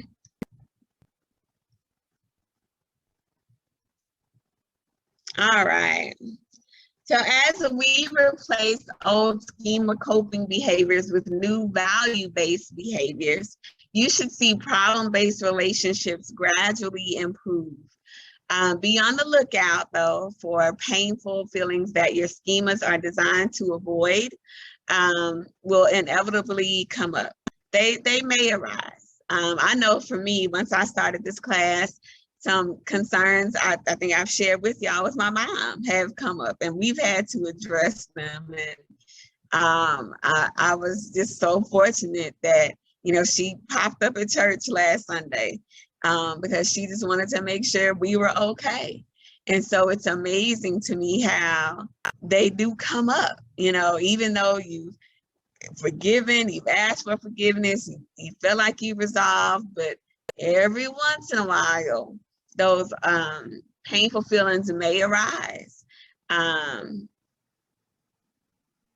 But you have the opportunity now to decide how you're going to respond. You don't have to give in to those old coping behaviors, because you can be mindful, you can watch what happens, observe, and then respond positively. So be on the lookout for those painful feelings. Make sure that you address them with your value-based behaviors. And that way you will keep the anxiety and depression and anger to a minimum. I know for me, anxiety can be huge. And I think every day, part of my devotion, I read at least 1 or 2 scriptures about anxiety, about casting all of my cares on him, because he cares for me, and not being anxious about things that are out of my control or things that I perceive are going to happen that haven't even happened. But it's something that I'm mindful about. Now, our book just says, well, I think it said only time can heal those things, but I don't agree with that, because time, it's a lot of people that hold on to a lot of stuff over time.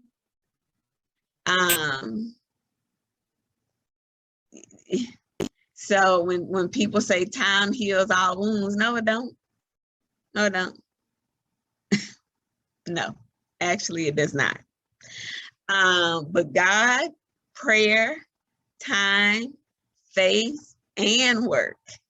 Because the Bible says that faith without works is dead alone. So it's not just enough to pray about it. You got to put some work into it. You got to be willing to address those issues and willing to take the action, different action, to have a different outcome.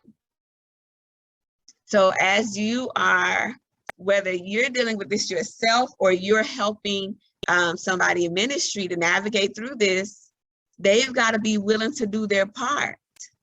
So remember when we first talked about way back, well, it's just how I am. God know my heart. Yeah, God do know your stinky, dirty, nasty heart. He know it. That ain't changing nothing. I'm old. I can say whatever I want to say. You know, those old coping behaviors, those old maladaptive, but that's just how my mama was. So I guess I'm gonna be the same way. That's just time. That's what time do. But when you're saying, okay, God, Lord, you're gonna have to help me. How can we find resolution? Especially if that person is no longer living. I mean, it's grateful for Reverend Catherine, who is able to find resolution and reconciliation with her friend, but we know that's not always the case. That person may no longer be living. So how do you address that? God, prayer, time, faith, and work. All those things are necessary and are the only way to entirely heal the painful feelings. If you are to live according to your values, it is to accept the feelings and be willing to feel them. Be honest about how you're feeling. I remember telling my mom a couple weeks ago when we had our conflict, I was like, Ma, I need you. I know I need you differently than my brother and my sister, but I need you. I still need my mom. Yes, I know I'm 41 years old and I've been living by myself for a long time, and I consider myself to be a very independent person, but I need my mom. I need her. You know, and I told her, I need to be on one accord with you. I need to be able to pick up the phone and say, Mama, I don't know what to do with this. Mama, I need a hug. I'm finna drive 2 hours. Come give me a hug. You know, I need that. And so we have to be willing to accept those feelings, be open and honest, even if it's hard. We have to, because we've already tried the old way, right? We've already tried keeping it to ourselves, being passive, saying it don't matter. Oh, I'm not going to deal with it, but I'm just not going to say nothing. I'm just not going to say nothing. Yeah, and how is that working? You might not say nothing to them, but you saying something. Either to yourself, in your mind, you saying something, and you saying it over and over again. Oh, I can't stand her. You're not saying it to her, but you saying something. So remind those that you are working with. Remind yourself, willingness to put in the work. So we got commitments and we have barriers. So your behavioral intentions are a commitment to yourself, to do what matters, to be who you want to be in your relationships. A commitment to your values is important as a promise to someone you love. You love your wife, you love your children. You know, you've made the decision that you're not going to repeat those same mistakes that your father or your mother made to your relationships with your children. That's a commitment to your values. You value them, you love them, and you want them to know it without a doubt. So that's a promise to someone you love. Share your commitment with others, and that can and it will improve your success. It'll improve your relationship. Let them hold you accountable. You know, if it's something that you've been doing that has negatively impacted your relationships, whether it's work, ministry, parenting, whatever the relationship is, make a commitment to that other person. You know what? I realize something I have been doing has been negatively impacting our relationship. And this is my commitment to do something different. And this is what I'm committed to do because I value this relationship and these are my value behaviors. This is what I plan to do. And I'm not saying try to change all things at once. Pick one or two things and work on those one or two things. Bird by bird. When I was working on my dissertation, that's what my chair kept telling me. Because I told him, I said, this is too much. You want me to write a whole book? What is wrong with you? And he said, bird by bird, Erica, bird by bird. So one at a time. It doesn't have to be everything. One thing that Denzel Washington said in the movie Equalizer, when he was trying to help the food service worker become a security guard, and he needed to lose weight and he needed to get in shape. It was other stuff he needed to do. And he kept cheating on his diet. He was putting chips in his sandwich and all kind of stuff. And so Denzel told him, you know, you can't be eating your chips, you know, in your sandwich. And the young man said, he said, well, I like crunchy things. I like flavor, you know. And so the next time they had lunch and Denzel asked him, you know, what are you eating? And he told him, he said, well, I switched out my potato chips for asparagus or something healthy. And Denzel told him, progress, not perfection.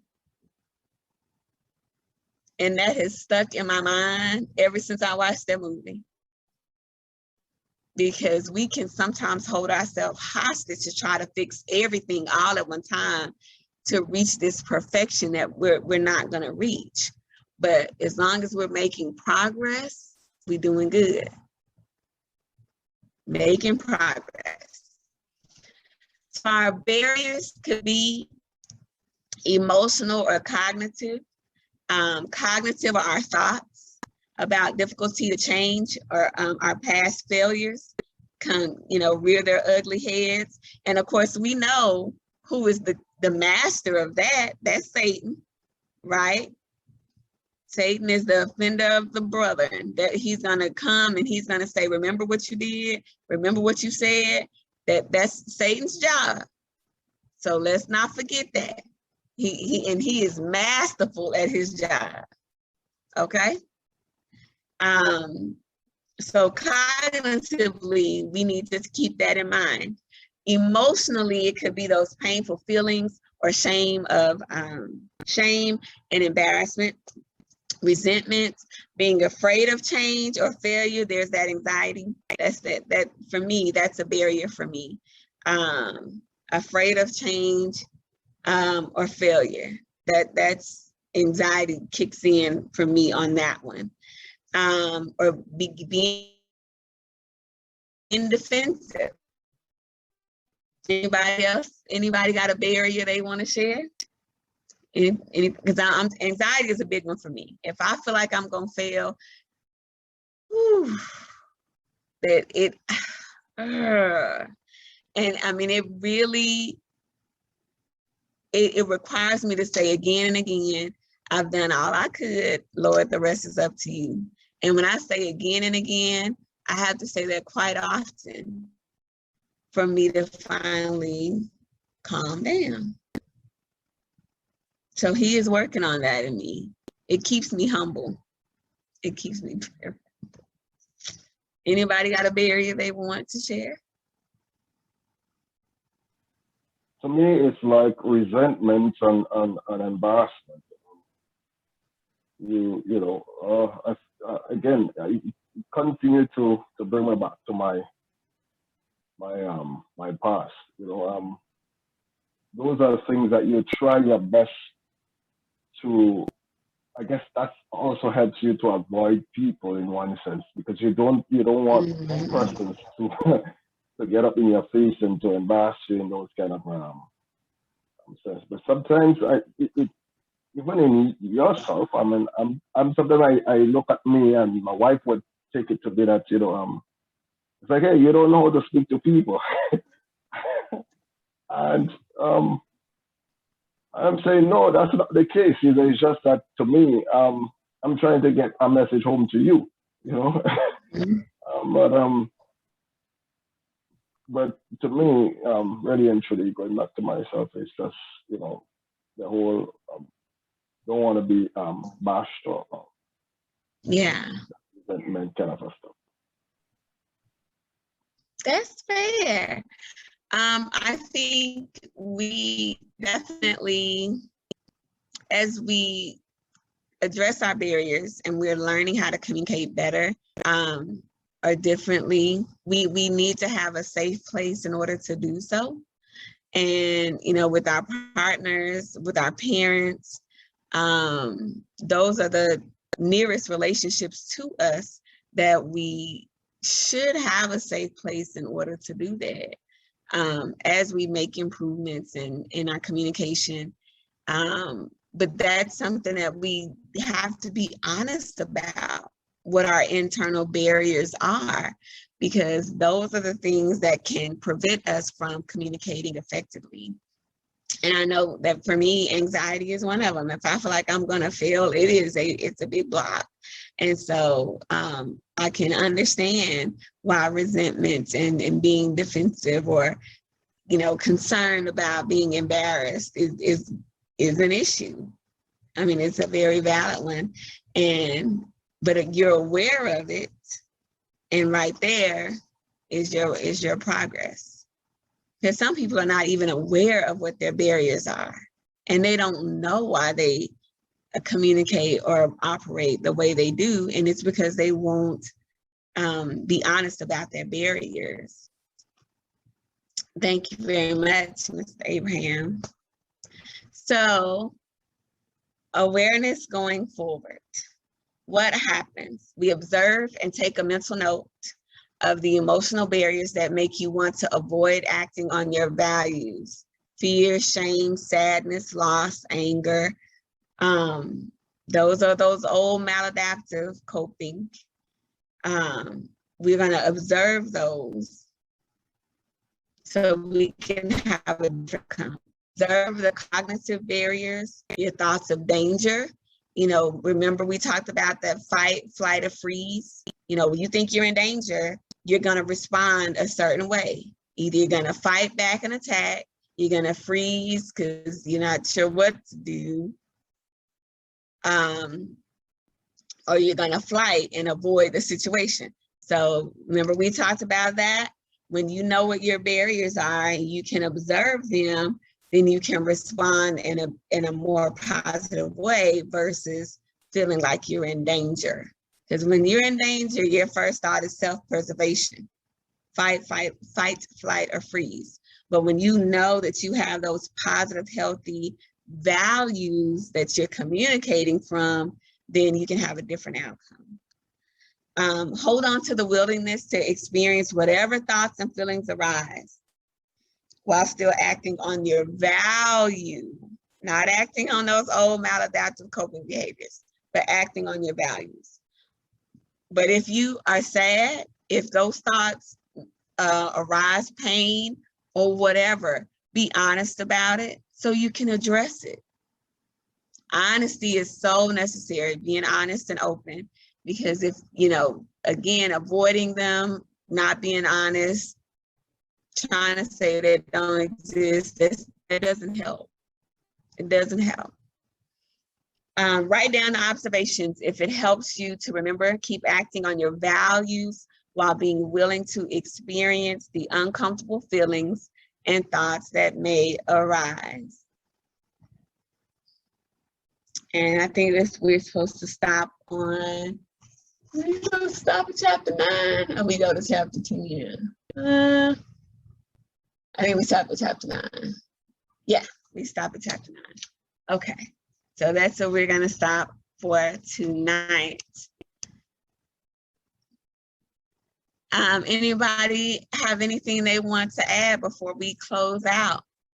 this evening about your values or your barriers. Any concerns?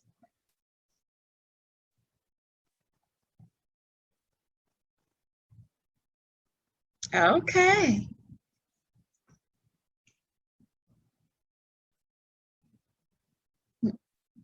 Are you talking, Mr. Millington? Because we can't hear you. Did you say something? Oh, okay. He says no, no, no, no. Okay. So, thank you, everybody. I think we had a good 3 hours this evening. It does go by so fast, in my opinion, at least.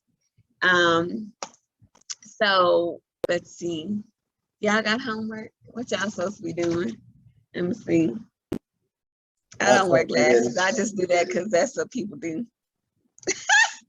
What'd you say, Mr. Anthony? Lots of reading. Yeah. Oh, yes. Yes, yes.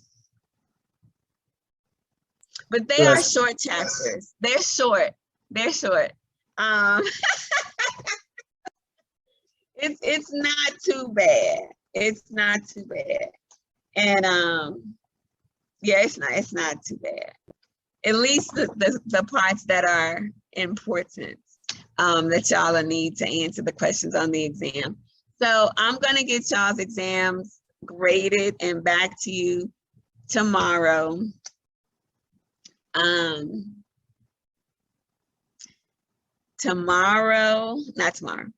Thursday, next Tuesday and Thursday, y'all will have exams. Oh,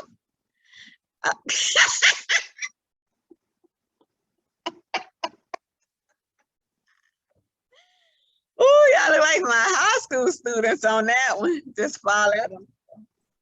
That creeped up on me. I didn't see that at first. Yeah. Hey. So that's kind of what happened when we made that adjustment to doing the case study versus having two other classes. So, and I also just wanted to remind you that your case study is due next week as well. So, look, oh, Stephanie say, oh, your face.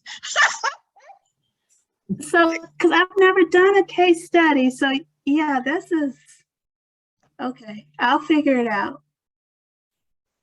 Oh, that's right, because you weren't on when we reviewed the case study. Oh, I mean, I got the email, I got everything, but I'll figure it out. But we actually talked through it. So, are you gonna be at church Sunday at 9 o'clock? Okay, so we can go over it, so you can hear me verbally explain, and if you have any questions, I can answer them for you. When do I have to have grades in, Reverend Catherine? When is it? You have 2 weeks after the class is over, and can I sit in too? I know I heard it, but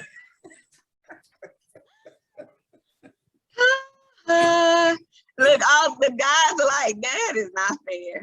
That is not fair. Hey, we'll do a Zoom if y'all want to. It's okay. It's okay. Go ahead.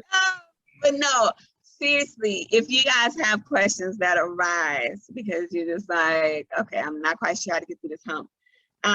So I have up to 2 weeks to get the grades in. So I can give you a little grace on the case study. I know it snuck up on y'all. I know it did. Because y'all are like, next week. I mean, all of y'all had the same response. Next week? Yeah. And 2 exams. I know, right? So, okay. Great. So she'll give it to us. I just felt that you gave us a lot of load last class. I don't know, you just throw it in. Yeah. So, since I don't have to have the grades in until, you said until 2 weeks. I'll 3. Oh, Oh, now y'all see this?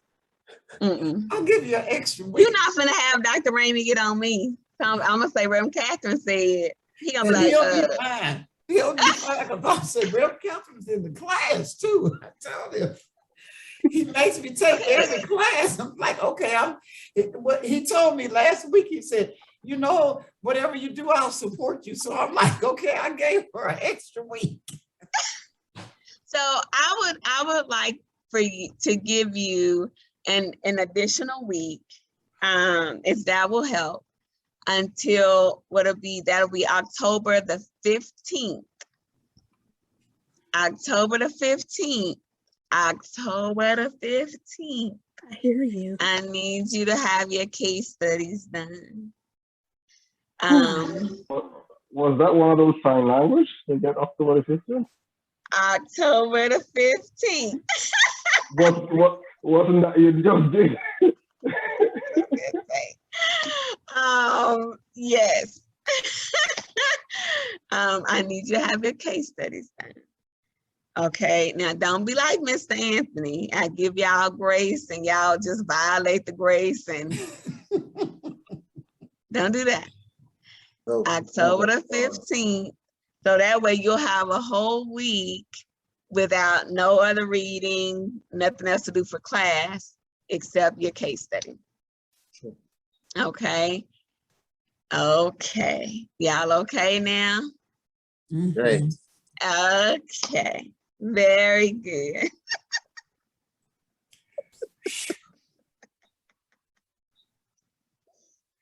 Whew, I would hate to be in my class. Okay.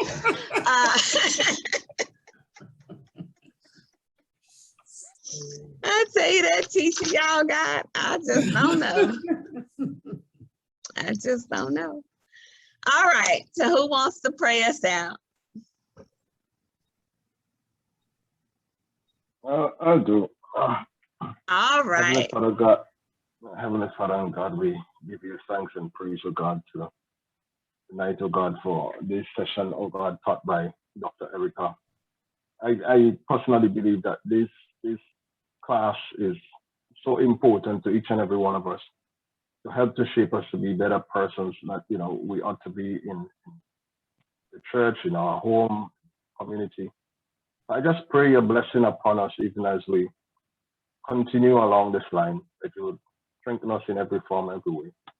I pray your blessing upon Dr. Erica and Reverend also, and each and every other person that is on this platform. Bless our hearts. Give us perfect sleep tonight.